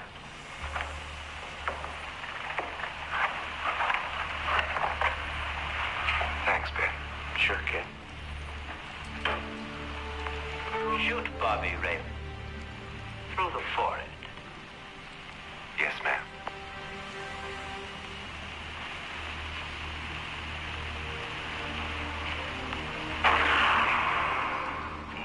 How valuable a tool can hypnosis be in the intelligence field? None whatsoever. It has absolutely no use because nobody's ever been able to do that I know of, do it in an operationally feasible way. I'm not in any way saying that hypnosis doesn't take place. I'm not saying there's nothing to it. I would say that most government agencies concerned with intelligence operations have been looking to hypnosis as a tool for a variety of purposes. one of which is to carry out and to execute certain intelligence operations on a basis where they would not have to rely completely on some of their own emotional reactions. Actually, Would that entail murder? It could, if you consider that an act of killing someone under circumstances of war is murder. I think one has to define what that means. Under circumstances of peace. Under circumstances of peace, it would be murder. Another former CIA agent says that Fidel Castro at one time was considered as a possible target for a Manchurian candidate. Castro was naturally our discussion point. Could you get somebody gung-ho enough that they would go in and get him? But if you have 100% control of a guy, you have 100% dependency. If something happens and you haven't programmed it in, you've got a problem. So in the end, it was decided that a Manchurian candidate was not feasible. But the search for mind control continued. But could the mind be controlled? Perhaps not. But is human behavior predictable? In this area, the CIA did make a significant breakthrough. A personality assessment system designed by the agency's chief psychologist, John Gittinger. It comes close to being able to predict how humans will behave. It's really a descriptive system, an attempt to try to describe personality in a relatively systematic way, so that hopefully you can get some kind of an idea to predict what the behavior between different kinds of individuals. Gittinger's system had many uses in intelligence work. One was to draw personality portraits of world leaders. Using Gittinger's system, the agency concluded the Shah of Iran is a brilliant but dangerous megalomaniac whose basic problems resulted from an overbearing father. And there were other applications. Your assessment staff played a key role in helping other governments pick their police intelligence agencies, including, we've learned, the Korean CIA, Uruguayan National Police. Can you tell us about this? No. Author John Marks, the former #2 CIA man in Uruguay, told me how in 1966, John Gittinger and an assistant traveled down to Uruguay and gave the tests in order to select members of the Uruguayan intelligence service. A psychologist who used to work for the CIA told me in 1961 he personally traveled to South Korea as part of an American CIA effort to set up the Korean CIA and to give the personality tests to candidates for the Korean CIA to choose the best man for their secret police. But one of the basic functions of Gittinger's system was finding the vulnerabilities of an agent, a double agent, or a potential agent. In its applicability to intelligence work, isn't the PAS system looking for a person's soft spot? Well, of course, the answer to that is yes, but I hasten to say soft spot. This is what I consider a negative word. Of the hundreds of behavioral projects undertaken by the CIA, Gittinger's appears to have been one of the more successful and more conventional. Other experiments were not as conventional. Neurophysicist Dr. Jose Delgado was financed by the Office of Naval Research. In this experiment, the bull is sedated. Electrodes are implanted in its brain. Delgado transmits an electronic impulse to the center of the bull's brain. Delgado has remote control of the animal. Recently released CIA documents refer to the feasibility of remote control of animals, and that special investigations will be conducted toward the application of selected elements of these techniques to man. Other areas were examined through the 60s and 70s. Brain surgery, psychosurgery, creation of amnesia, parapsychology, manipulation of genes. Even though past and present CIA officials have indicated this kind of work ended in 1963. And one of those who took part in these programs. Thank you, sir. In 1977, the Senate subcommittee heard testimony from many of them, but the testimony was not that revealing. According to one of them, they agreed amongst themselves to keep the inquiry within bounds that would satisfy the committee. Former narcotics officer Charles Siragusa says that he was asked to limit his testimony by the man he reported to at the CIA. He wanted me not to say anything. To perjure yourself. That's right. Well, either that, I'd have to perjure myself or take the Fifth Amendment. And I'm not about to take the Fifth Amendment for anybody. Okay. Former CIA chemist Robert Lashbrook testified he had no first-hand knowledge of the agency-run safe houses when, in fact, he supervised one of them. And according to George White's diaries, was at a safe house when White conducted what he called an LSD surprise experiment. Dr. Sidney Gottlieb, whom we recently filmed near his California home, oversaw many of the CIA behavioral programs. He retired in 1973 and destroyed the records of this work. In sort of a valedictory letter, Dr. Gottlieb wrote that he and his colleagues had been able to maintain contact with the leading edge of developments in the field of biological and chemical control of human behavior. Dr. Gottlieb also testified before the Senate subcommittee, but from an anteroom where he could not be filmed because of what his lawyer termed health and cardiac problems. Dr. Gottlieb declined ABC News' request for an interview. And what of George White, the man who helped the agency in so many of its programs?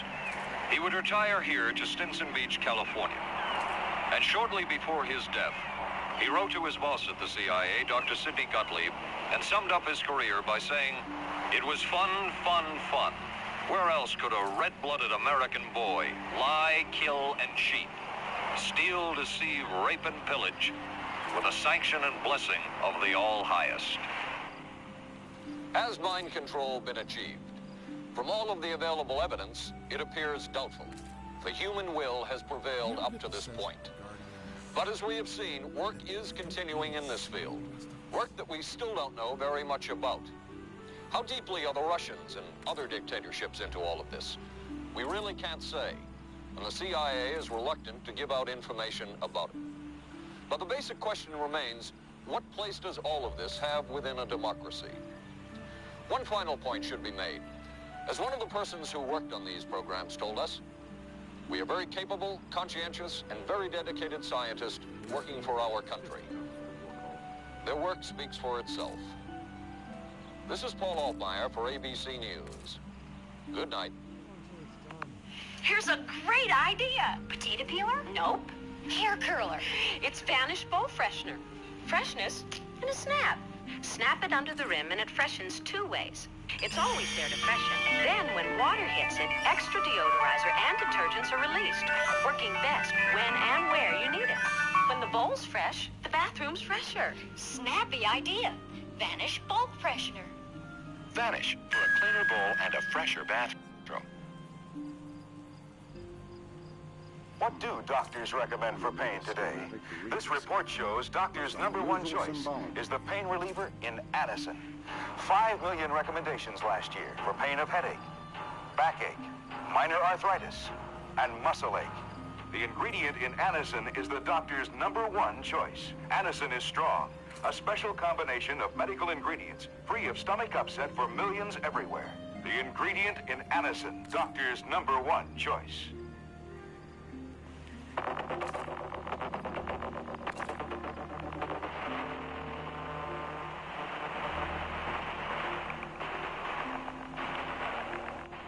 Stay tuned for local news next. Then live from the Johnson Space Center in Houston, ABC News will track the approach of Skylab as it nears re-entry. Skylab, the final hours. Right after Twiggy and Dirk Benedict of Battlestar Galactica star in I Want Her Dead on the Tuesday Movie of the Week tonight on ABC.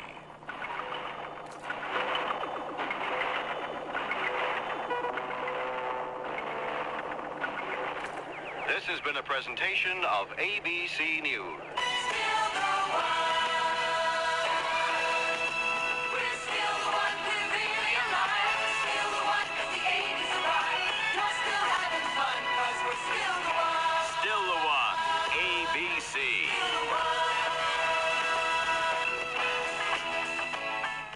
Skylab. lab nears its final orbit, an arrest in the kidnapping of that newborn baby, a rock star sentenced for income tax evasion, and a local gymnast talks about her winning performance in San Juan. News 7 is next. We were concerned about our monthly electric bills, so we called Pepco for help. They sent us this EnergyWise home audit. Just take a few simple measurements and answer the questions. Then mail them back to Pepco. Then Pepco will, free of charge, analyze your home's energy use and send you back a list of recommended changes to help you save money on your bills. Write today for Pepco's EnergyWise home audit to help.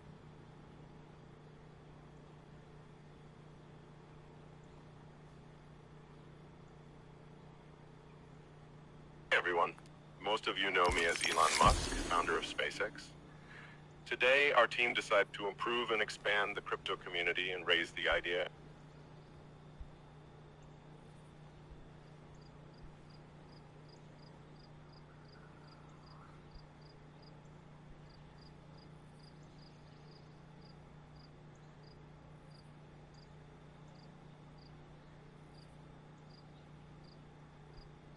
This content is made possible by individuals like you. Become a supporting member and access our growing library of membership courses and videos. Learn more at academyofideas.com/members.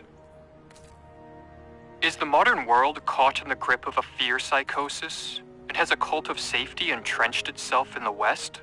In this video, we're going to explore these questions. Quite an experience to live in fear, isn't it? That's what it is to be a slave. Today, we live longer than ever before.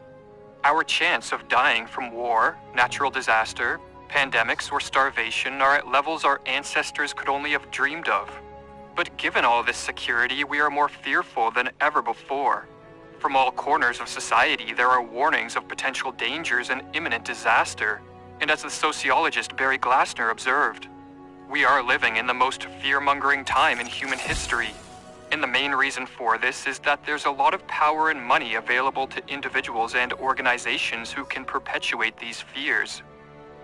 But it is not just manipulative fear-mongering that is responsible for the disproportionate fear that infects our society. For in one way or another, we all accept and reinforce the normality of fearing. We continually remind ourselves and others that threats exist everywhere. In the streets, in the food we eat, in the technology we use, in our fellow men and women, and even in the air we breathe.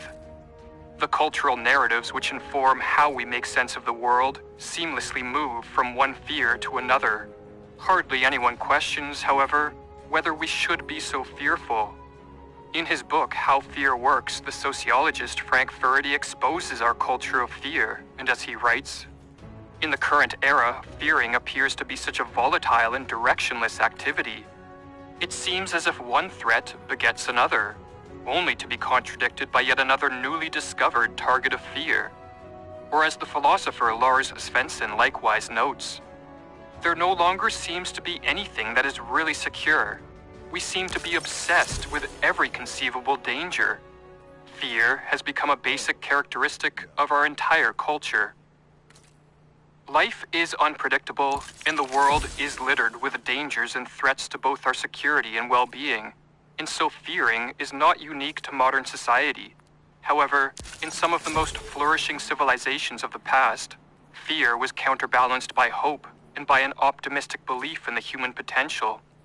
During the Renaissance and Enlightenment, the idea that individuals and communities, through bold and creative action, could ward off dangers and shape the uncertain future flourished. In ancient Greece and Rome, courage was held in high regard, and so individuals were proactive in the face of risks and daring in the presence of the unknown. Fortune favors the brave, according to the Latin proverb.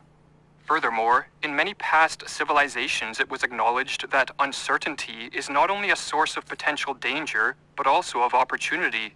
But as Frank Furedi writes, that was then. In the 21st century, the optimistic belief in humankind's ability to subdue the unknown has given way to a belief that it is powerless to deal with the perils that confront it. The flame of hope still flickers on, but it is increasingly overshadowed by a dark mood of intangible anxiety. The courage, hope, and optimism that in civilizations past kept fear in check is all but lost in the modern world. And so the lives of many of us are consumed by fear. We see everything through the distorted lens of fear. And regarding this perspective, Frank Furedi elaborates. This perspective of fear has been so thoroughly internalized that many people who adopt this outlook are not aware of its influence on their behavior. For most people, such a perspective comes across as common sense. This does not mean that people are perpetually scared or fearful. Rather, the perspective of fear works by sensitizing people to focus on potential threats and dangers, while distracting attention from the probable positive outcome of engaging with uncertainty. In viewing the world through a perspective of fear, people see risks in things, behaviors, and activities which in generations past were not considered risky. They are overly fearful of threats which are an inevitable part of life, and they evaluate experiences first and foremost on the basis of the potential risks they entail. One of the accomplishments of the fear perspective is that it continually expands the number of issues that constitute a hazard and are therefore represented as risk. Since the 1980s, numerous commentators have commented on the explosion of risks. What is more, the meaning of risk has taken on a largely negative connotation. Up until the latter half of the 20th century, it was common sense that many risks are worth taking, so long as one was motivated by a noble enterprise, self-realization, by the spirit of adventure, or by values such as freedom and truth. Facing up to risks was acknowledged to be a precondition for the cultivation of character and even the accomplishment of greatness. Or as Nietzsche put it, the devotion of the greatest is to encounter risk and danger and play dice for death. Instead of being celebrated, today the risk-taker is often castigated as foolish, selfish, and a danger to both himself and others. This negative perception of risk-taking is driven by worst-case thinking. Many people are predisposed to think of the worst that can happen, and then they behave as if it is likely to happen. This worst-case thinking has even infiltrated the highest levels of government, as some politicians and policymakers have adopted the utopian goal of socially engineering a zero-risk society, and to the applause of the fearful masses. An ever-expanding obsession with risk is one of the most striking features of the culture of fear. In its most irrational version, some people demand zero risk, a project that would require abolishing uncertainty completely, explains Furedi. In seeing risks almost everywhere and in being highly risk-averse, many people, without explicitly knowing it, are guided by the precautionary principle. According to the precautionary principle, when faced with any degree of uncertainty, the best option is to protect oneself and others and to side with caution. In recent years, the precautionary principle has entrenched itself in public policy in the form of the inverted quarantine. While the purpose of a traditional quarantine is to seclude a sick person to prevent a disease from spreading to others, an inverted quarantine, in contrast, involves healthy people isolating themselves from the dangers they perceive as threatening. And as Furedi writes, inverted quarantine constitutes a response to the fear that the human condition is inherently unsafe. The belief that the human condition is inherently unsafe is the fundamental creed of the cult of safety, which has solidified itself in our society. In the last few decades, safety has, in the words of Furedi, taken on a quasi-religious quality. The quest for safety has become the raison d'etre of the West, and the rules and restrictions erected at the altar of safety have ballooned to absurd proportions and intruded on ever more areas of life.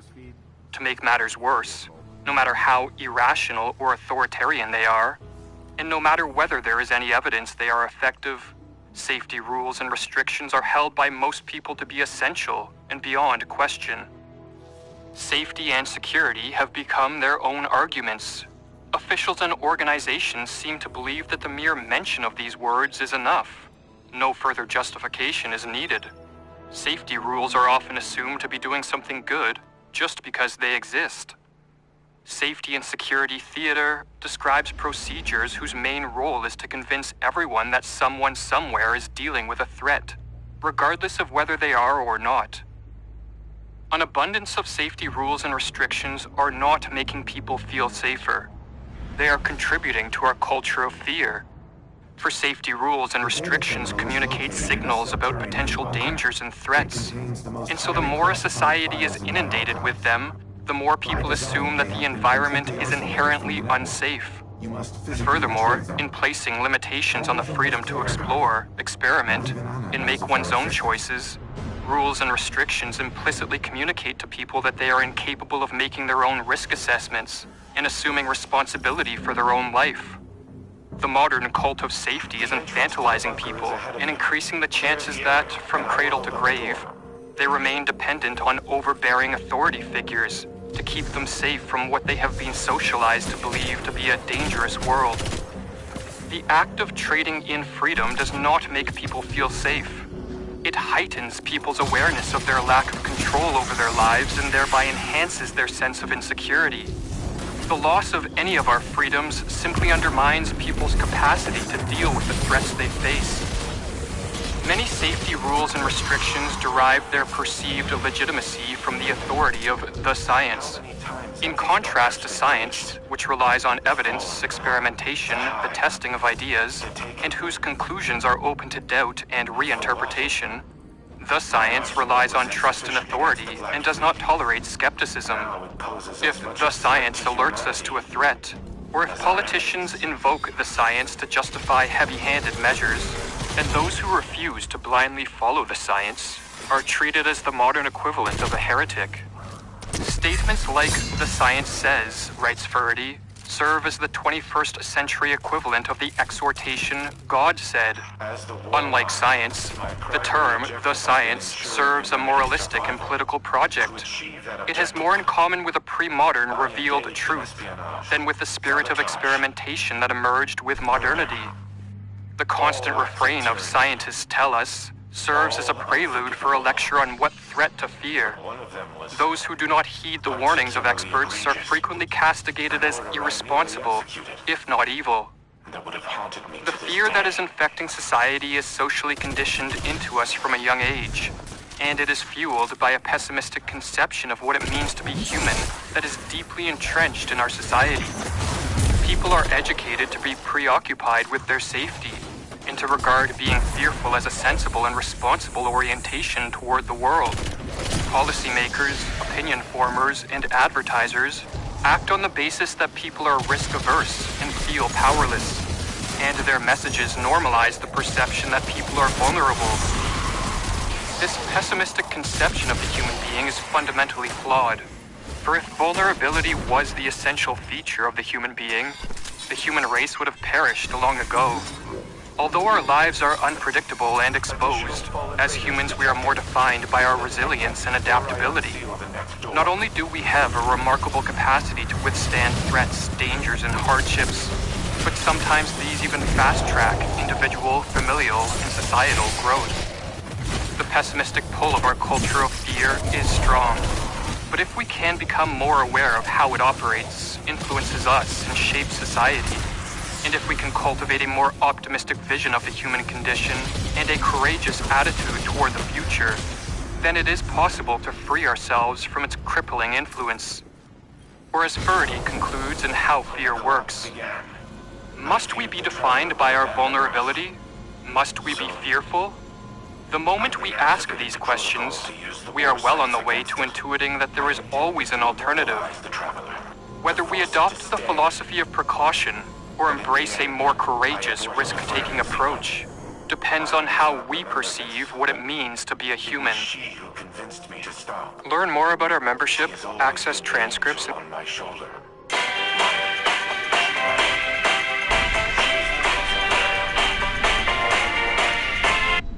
This content is made possible by individuals like you. Become a supporting member and access our growing library of membership courses and videos. Learn more about our membership at academyofideas.com/members. Authoritarianism in religion and science, let alone politics, is becoming increasingly accepted. Not particularly because so many people explicitly believe in it, but because they feel themselves individually powerless and anxious. So what else can one do except follow the mass political leader, or follow the authority of customs, public opinion, and social expectations. The American psychologist Rollo May wrote these words in 1953, and in the decades that followed, the West tiptoed into tyranny. A mass surveillance state was established. Free speech gave way to increasing levels of censorship. Statist bureaucracy and stifling regulations invaded ever more areas of life, and tax rates reached levels that in the past would have caused a revolution. However, in recent years, this tiptoe into tyranny has turned into a sprint, as some Western countries are flirting with full-blown totalitarian rule. But the existence of power-hungry and psychologically disturbed politicians who desire total control is not what makes our situation particularly precarious, for such individuals exist in all ages. Rather, our troubles lie with the fact that very few people possess the one virtue that can turn the tide back in the direction of freedom, that being the virtue of courage. And as Alexander Solzhenitsyn warned in 1978, a decline in courage may be the most striking feature which an outside observer notices in the West in our days. Should one point out that from ancient times, declining courage has been considered the beginning of the end? In this video, we are going to explore how a hyperconformity and blind obedience has infected the West and, in the process, crowded out the cultivation of courage. We will discuss how a widespread cowardice is permitting the rise of authoritarianism, and how a rebirth of courage is the antidote to our precarious political predicament.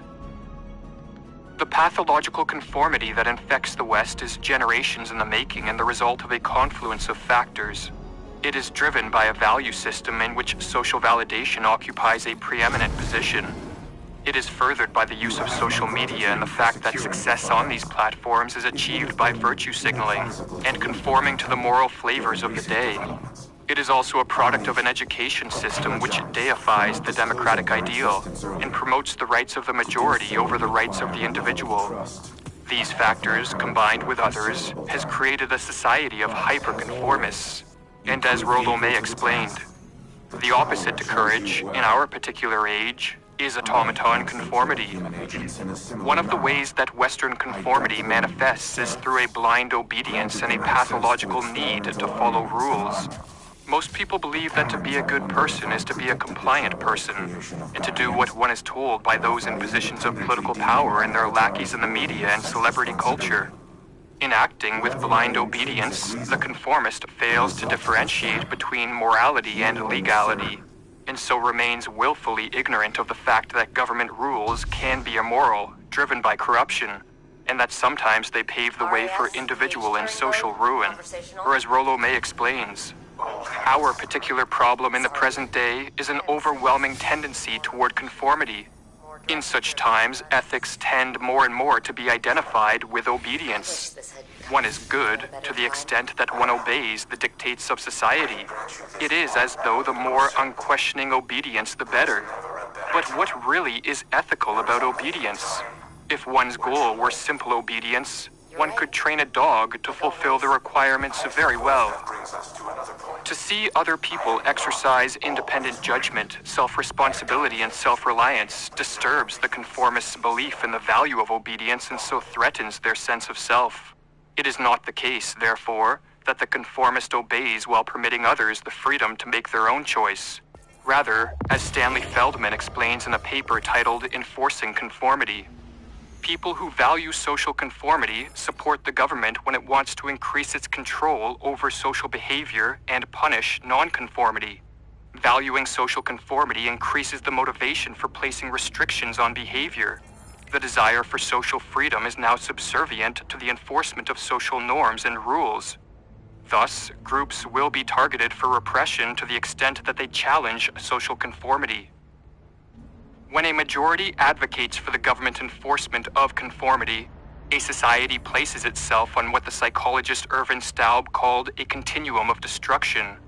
As the government uses coercion and force to punish a non-compliant minority, the majority rationalizes their support of such authoritarian measures by further demonizing the non-compliant, thus leading to increasingly severe government measures. One psychological consequence of harm doing is further devaluation of victims. People tend to assume that victims have earned their suffering by their actions or character. In several countries in the 20th century, such as the Soviet Union, Turkey, Germany, Cambodia, and China, government measures such as banning certain minority groups from restaurants, pubs, cafes, and other public spaces, imposing curfews, expelling them from their jobs, forcing them to pay fines, and restricting their freedom of movement and assembly, functioned as the first steps on a continuum of destruction that ended in mass scapegoating, mass imprisonment, and mass murder. In his book, The Psychology of Good and Evil, Irvin Staub elaborates on the psychological mechanism that facilitates a continuum of destruction. How does harmful behavior become the norm? Doing harm to a good person or passively witnessing it is inconsistent with a feeling of responsibility for the welfare of others and the belief in a just world. Inconsistency troubles us. We minimize it by reducing our concern for the welfare of those we harm or allow to suffer. We devalue them, justify their suffering by their evil nature or by higher ideals. A changed view of the victims, changed attitude toward that suffering, and a changed self-concept result. To counter the continuum of destruction that is a product of too much conformity and too much government force, more people need to act with moral courage. Moral courage entails a willingness to encounter risks so as to defy immoral orders, reject authoritarian government control, and to stand up for the disappearing values of truth, freedom, and justice. And as Rushworth Kidder explains in his book, Moral Courage, where there's no danger, there's no courage. Anyone can endure security and well-being. The real challenges arise in the face of hazard. So it is with moral courage, where danger is endured for the sake of an overarching commitment to conscience, principles, or core values. Some acts of moral courage are accompanied by mild risks, such as being ridiculed, insulted, or ostracized. If, for example, we speak out against a status quo belief in the presence of a group of conformists, or if we refuse to adhere to social practices or mandates that are immoral or idiotic, we may lose friends or attract choice words from the obedient, but this is a small price to pay in exchange for doing what we believe is right. For as Rollo May explains, the hallmark of courage in our age of conformity is the capacity to stand on one's own convictions. However, sometimes acts of moral courage are accompanied by more grave risks, including but not limited to the loss of employment, physical or financial penalties, imprisonment, or in some cases, even death. Of all the agonizing ethical dilemmas facing humanity, writes Rushworth Kidder, few are more wrenching than the choice between what's right for the world and what's right for you and your family. Carl Jung called the men and women willing to confront great dangers in defiance of tyranny the true leaders of mankind. And to learn about the mindset of one of these leaders, we can turn to the story of Viktor Pestov. In 1967, Pestov was a 20-year-old living in the Soviet Union. His family was well off by Soviet standards, and his mother was a high-ranking member of the KGB. Yet Pestov could not avert his eyes from the boot of tyranny that was crushing society, and so he took a keen interest in political matters. And when Soviet tanks rode into Czechoslovakia and violently stamped out the human rights protest known as the Prague Spring, Pestov told his friend, "We must do something about this."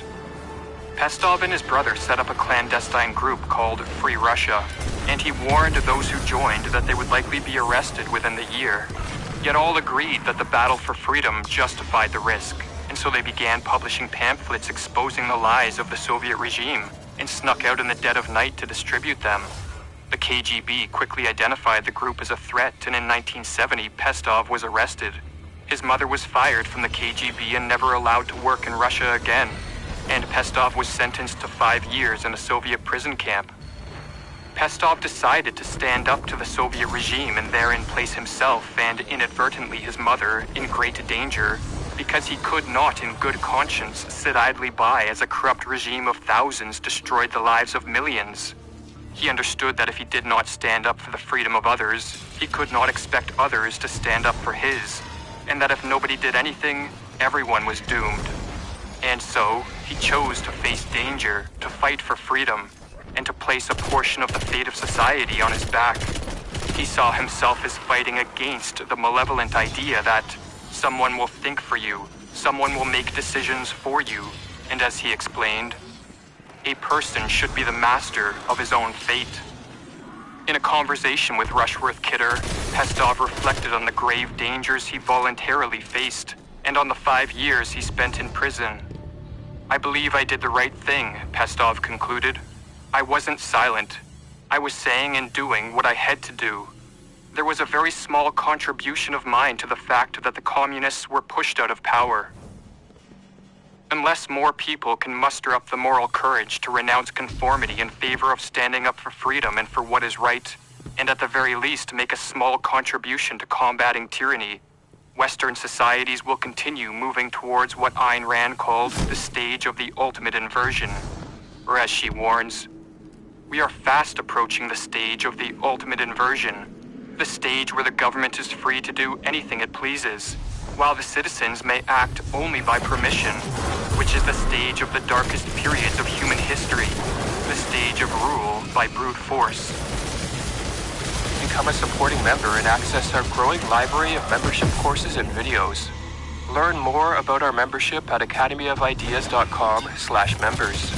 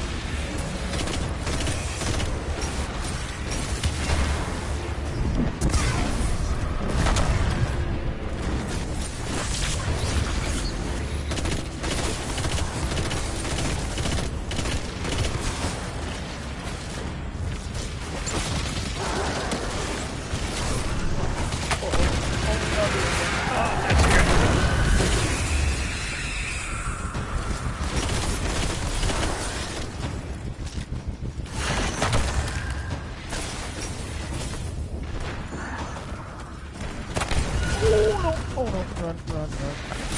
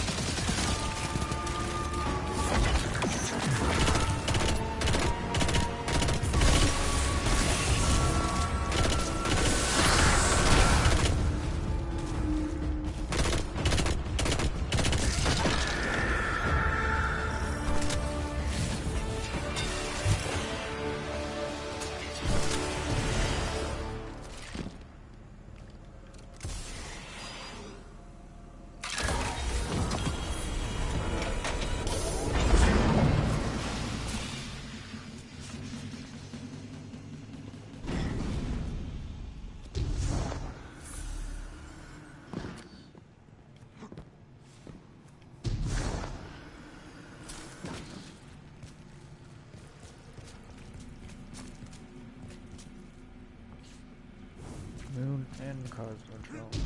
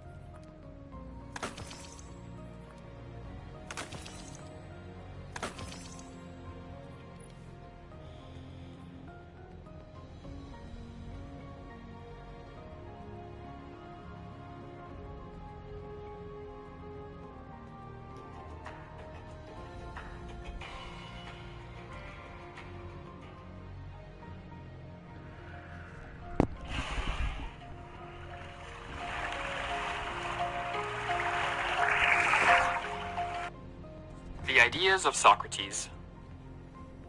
In Xenophon's dialogue, The Memorabilia, Hippias, upon overhearing Socrates converse with a group of people in the streets of Athens, commented, "Socrates, you are still repeating the same things I heard you say so long ago."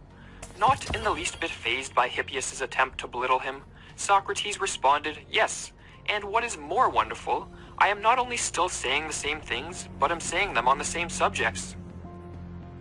In this lecture, we are going to examine a few of the main ideas Socrates repeated over and over in his conversations with his fellow Athenians.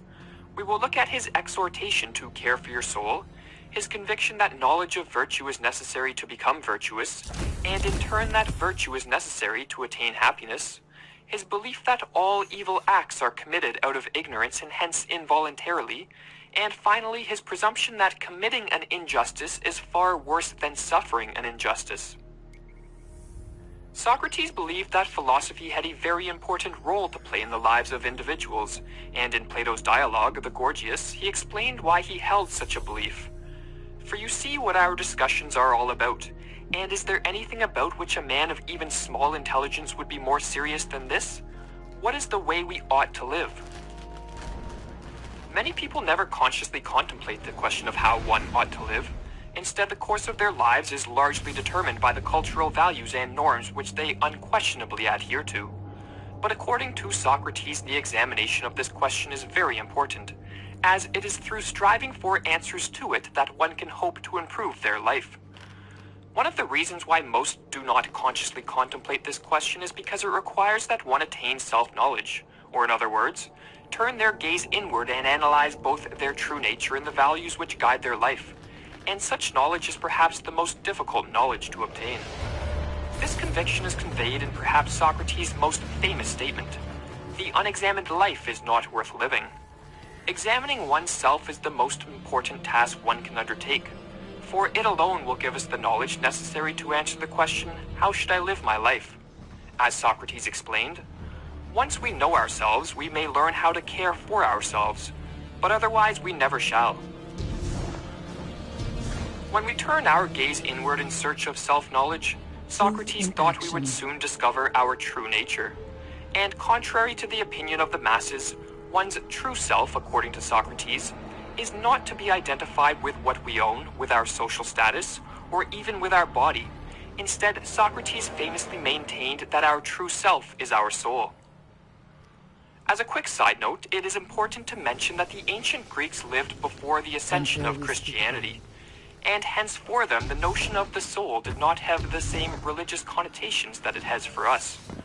What Socrates actually meant when he made the claim that our true self is our soul is not known for certain, although many scholars have taken a view similar to the one put forth by the famous historian of philosophy, Frederick Copleston, who wrote that in calling our true self our soul, Socrates was referring to the thinking and willing subject. According to Socrates, it is the state of our soul, or inner being, which determines the quality of our life. Thus, it is paramount that we devote considerable amounts of our attention, energy, and resources to making our soul as good and beautiful as possible. Or as he pronounces in Plato's dialogue, the Apology, "I shall never give up philosophy or stop exhorting you, and pointing out the truth to any one of you whom I meet, saying in my most accustomed way, 'Most excellent man, are you not ashamed to care for the acquisition of wealth and for reputation and honor, when you neither care nor take thought for wisdom and truth and the perfection of your soul?'" After coming to the realization that one's inner self or soul is all important, Socrates believed the next step in the path towards self-knowledge was to obtain knowledge of what is good and what is evil, and in the process use what one learns to cultivate the good within one's soul and purge the evil from it.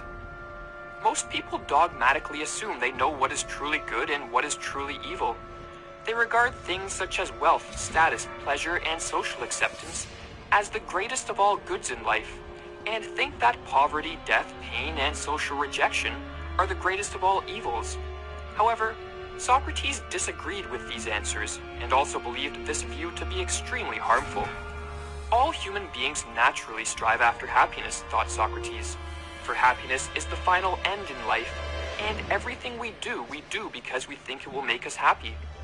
We therefore label what we think will bring us happiness as good, and those things we think will bring us suffering and pain as evil.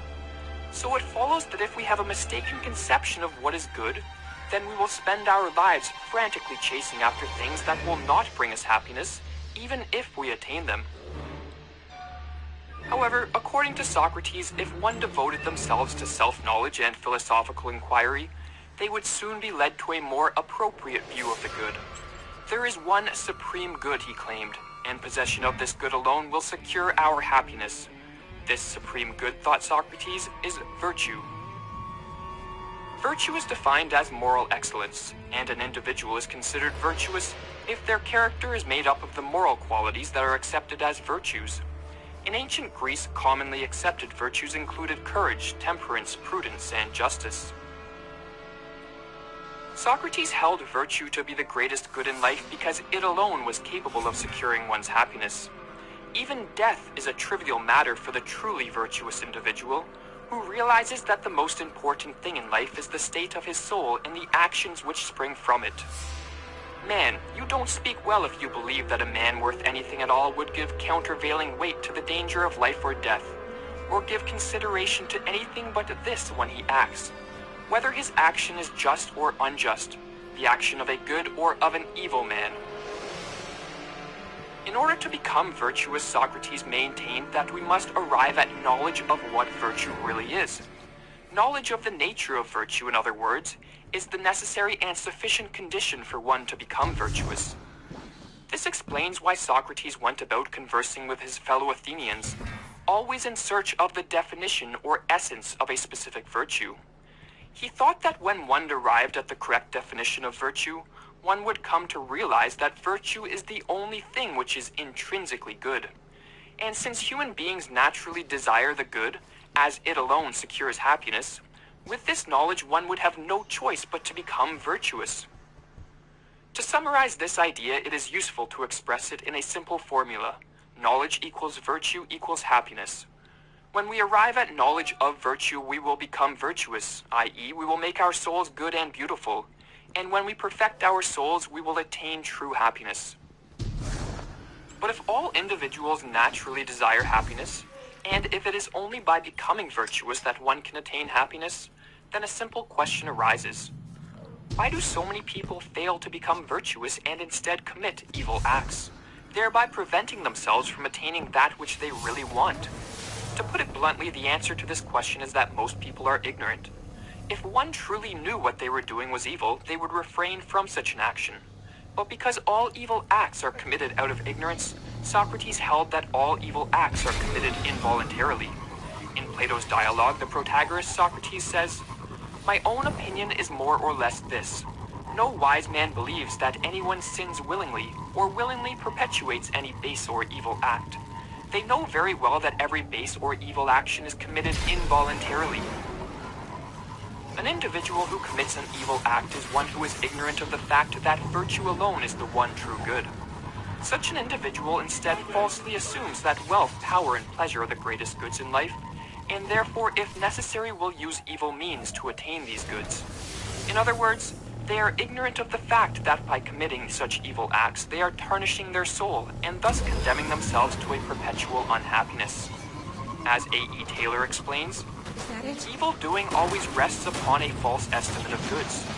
A man does the evil deed because he falsely expects to gain good by it, to get wealth or power or enjoyment, and does not reckon with the fact that the guilt of soul contracted immeasurably outweighs the supposed gains.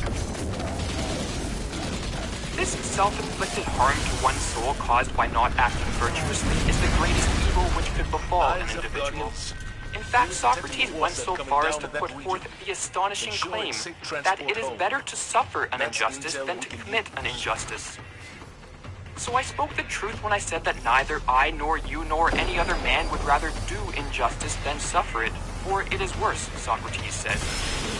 When we commit an injustice, we are harming our own soul, which is our true self. Yet on the other hand, when we suffer an injustice, it is not our soul which is harmed, but instead what is harmed is merely something we possess, be it our wealth, reputation, or even our body. Since the state of our soul is of the utmost importance in the attainment of happiness, we should ensure that we take care of our soul even at the expense of our possessions and body. And if the choice confronts us, we should choose to suffer harm rather than inflict it. This is quite a proposition, and to conclude this lecture, we will quote a passage by George Vlastos, who presents an extreme condition which illuminates just how staggering this idea of Socrates really is. Imagine someone living under a brutal dictatorship, accused of a political crime, who saves himself by incriminating falsely a friend, whereupon the latter is apprehended and tortured, coming out of the ordeal a broken man to die soon after, while the accuser, well rewarded by the regime, lives on to a healthy and prosperous old age. Socrates is claiming that the perpetrator of this outrage has damaged his own happiness more than his victims. Has any stronger claim been ever made by a moral philosopher? I know of none.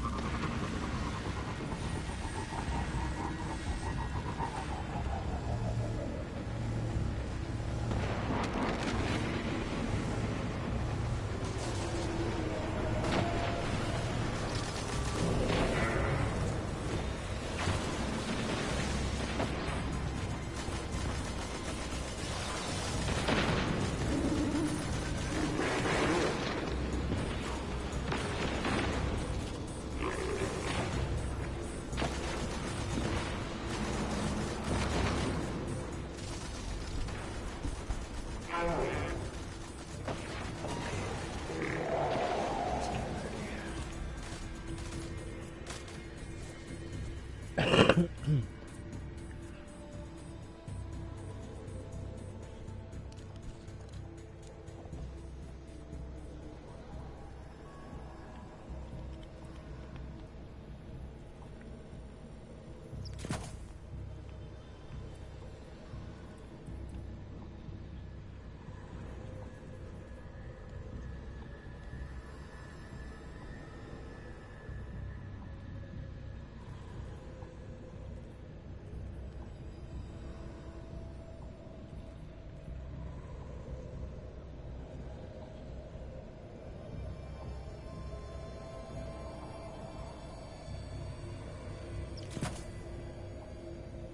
do for the moment.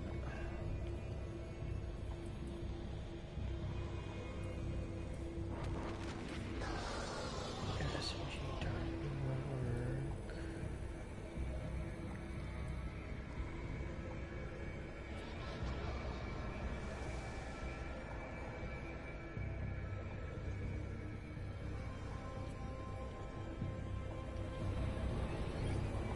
Hoorah.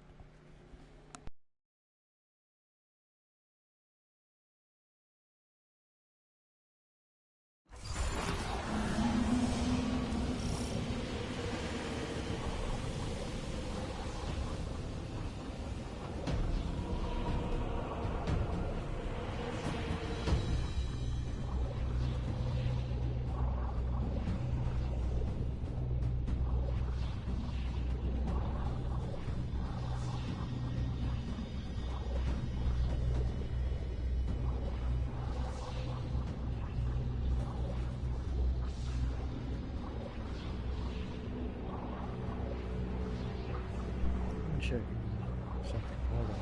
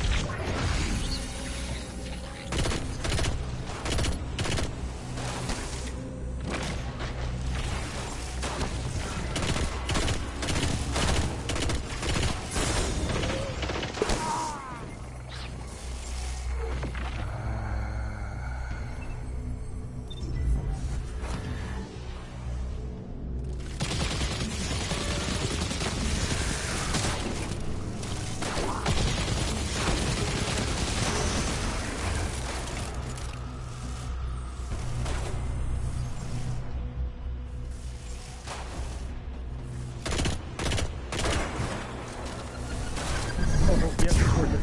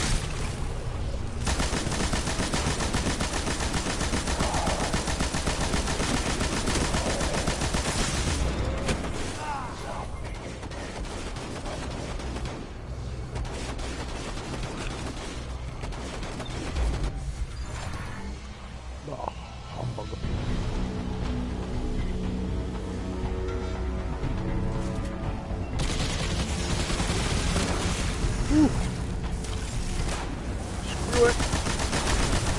Big gun.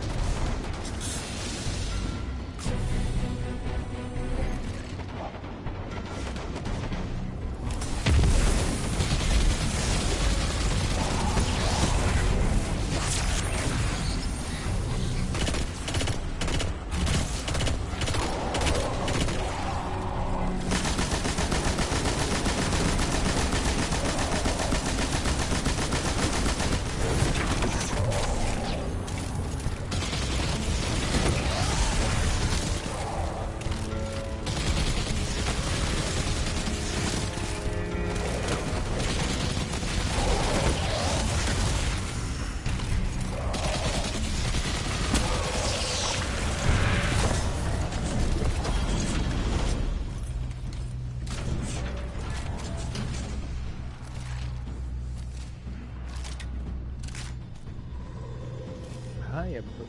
That's not so. Hiding around a freaking glass wall. Whoop.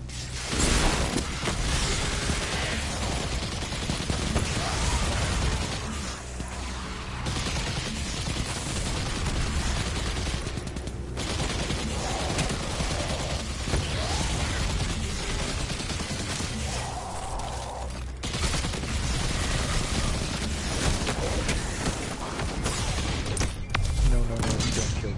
I kill you first.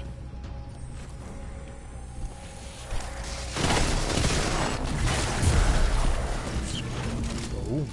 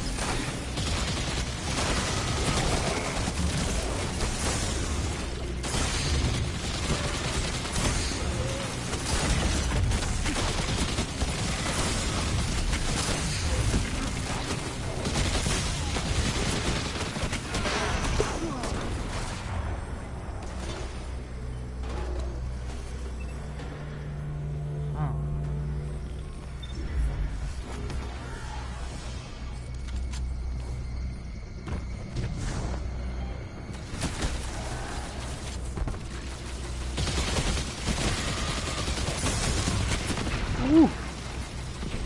That's brutal. Open what? What?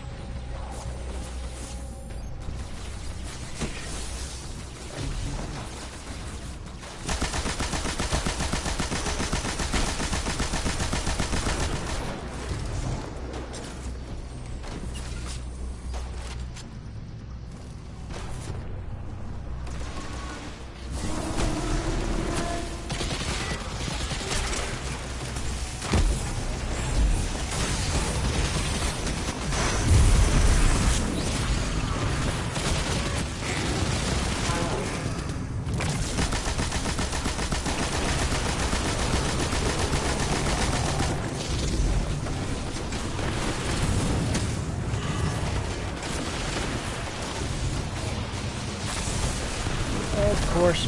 Oh my. Oh my. Oh my.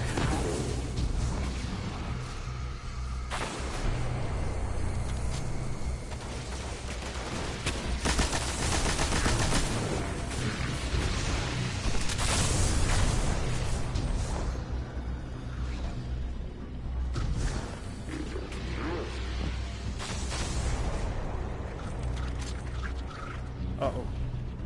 Gotta pick up the pace.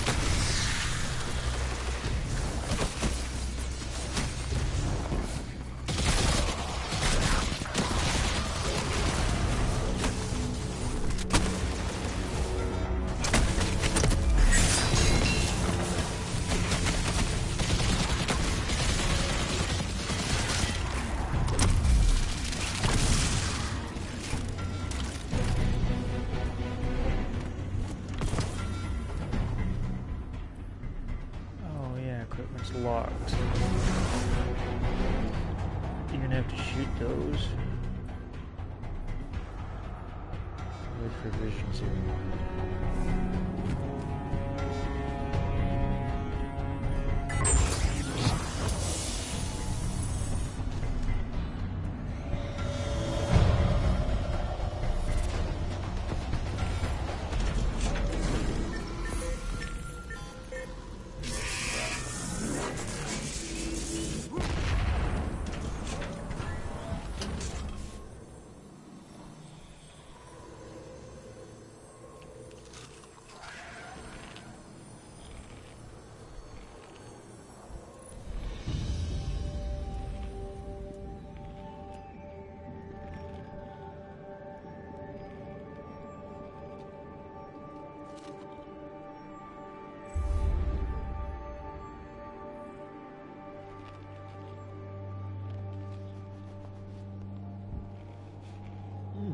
Wait, a triumph.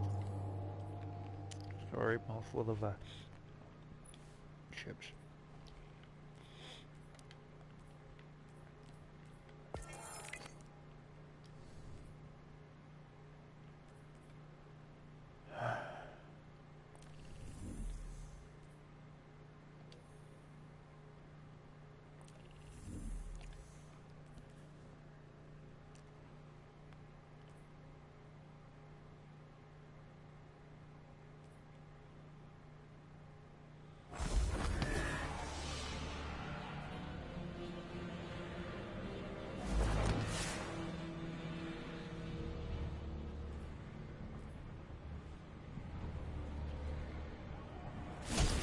Archimedes, Cosmodrome.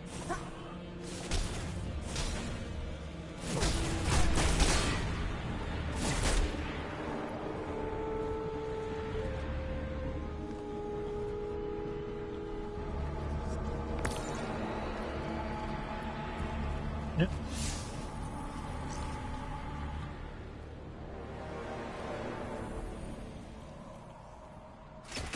Yeah, one sec.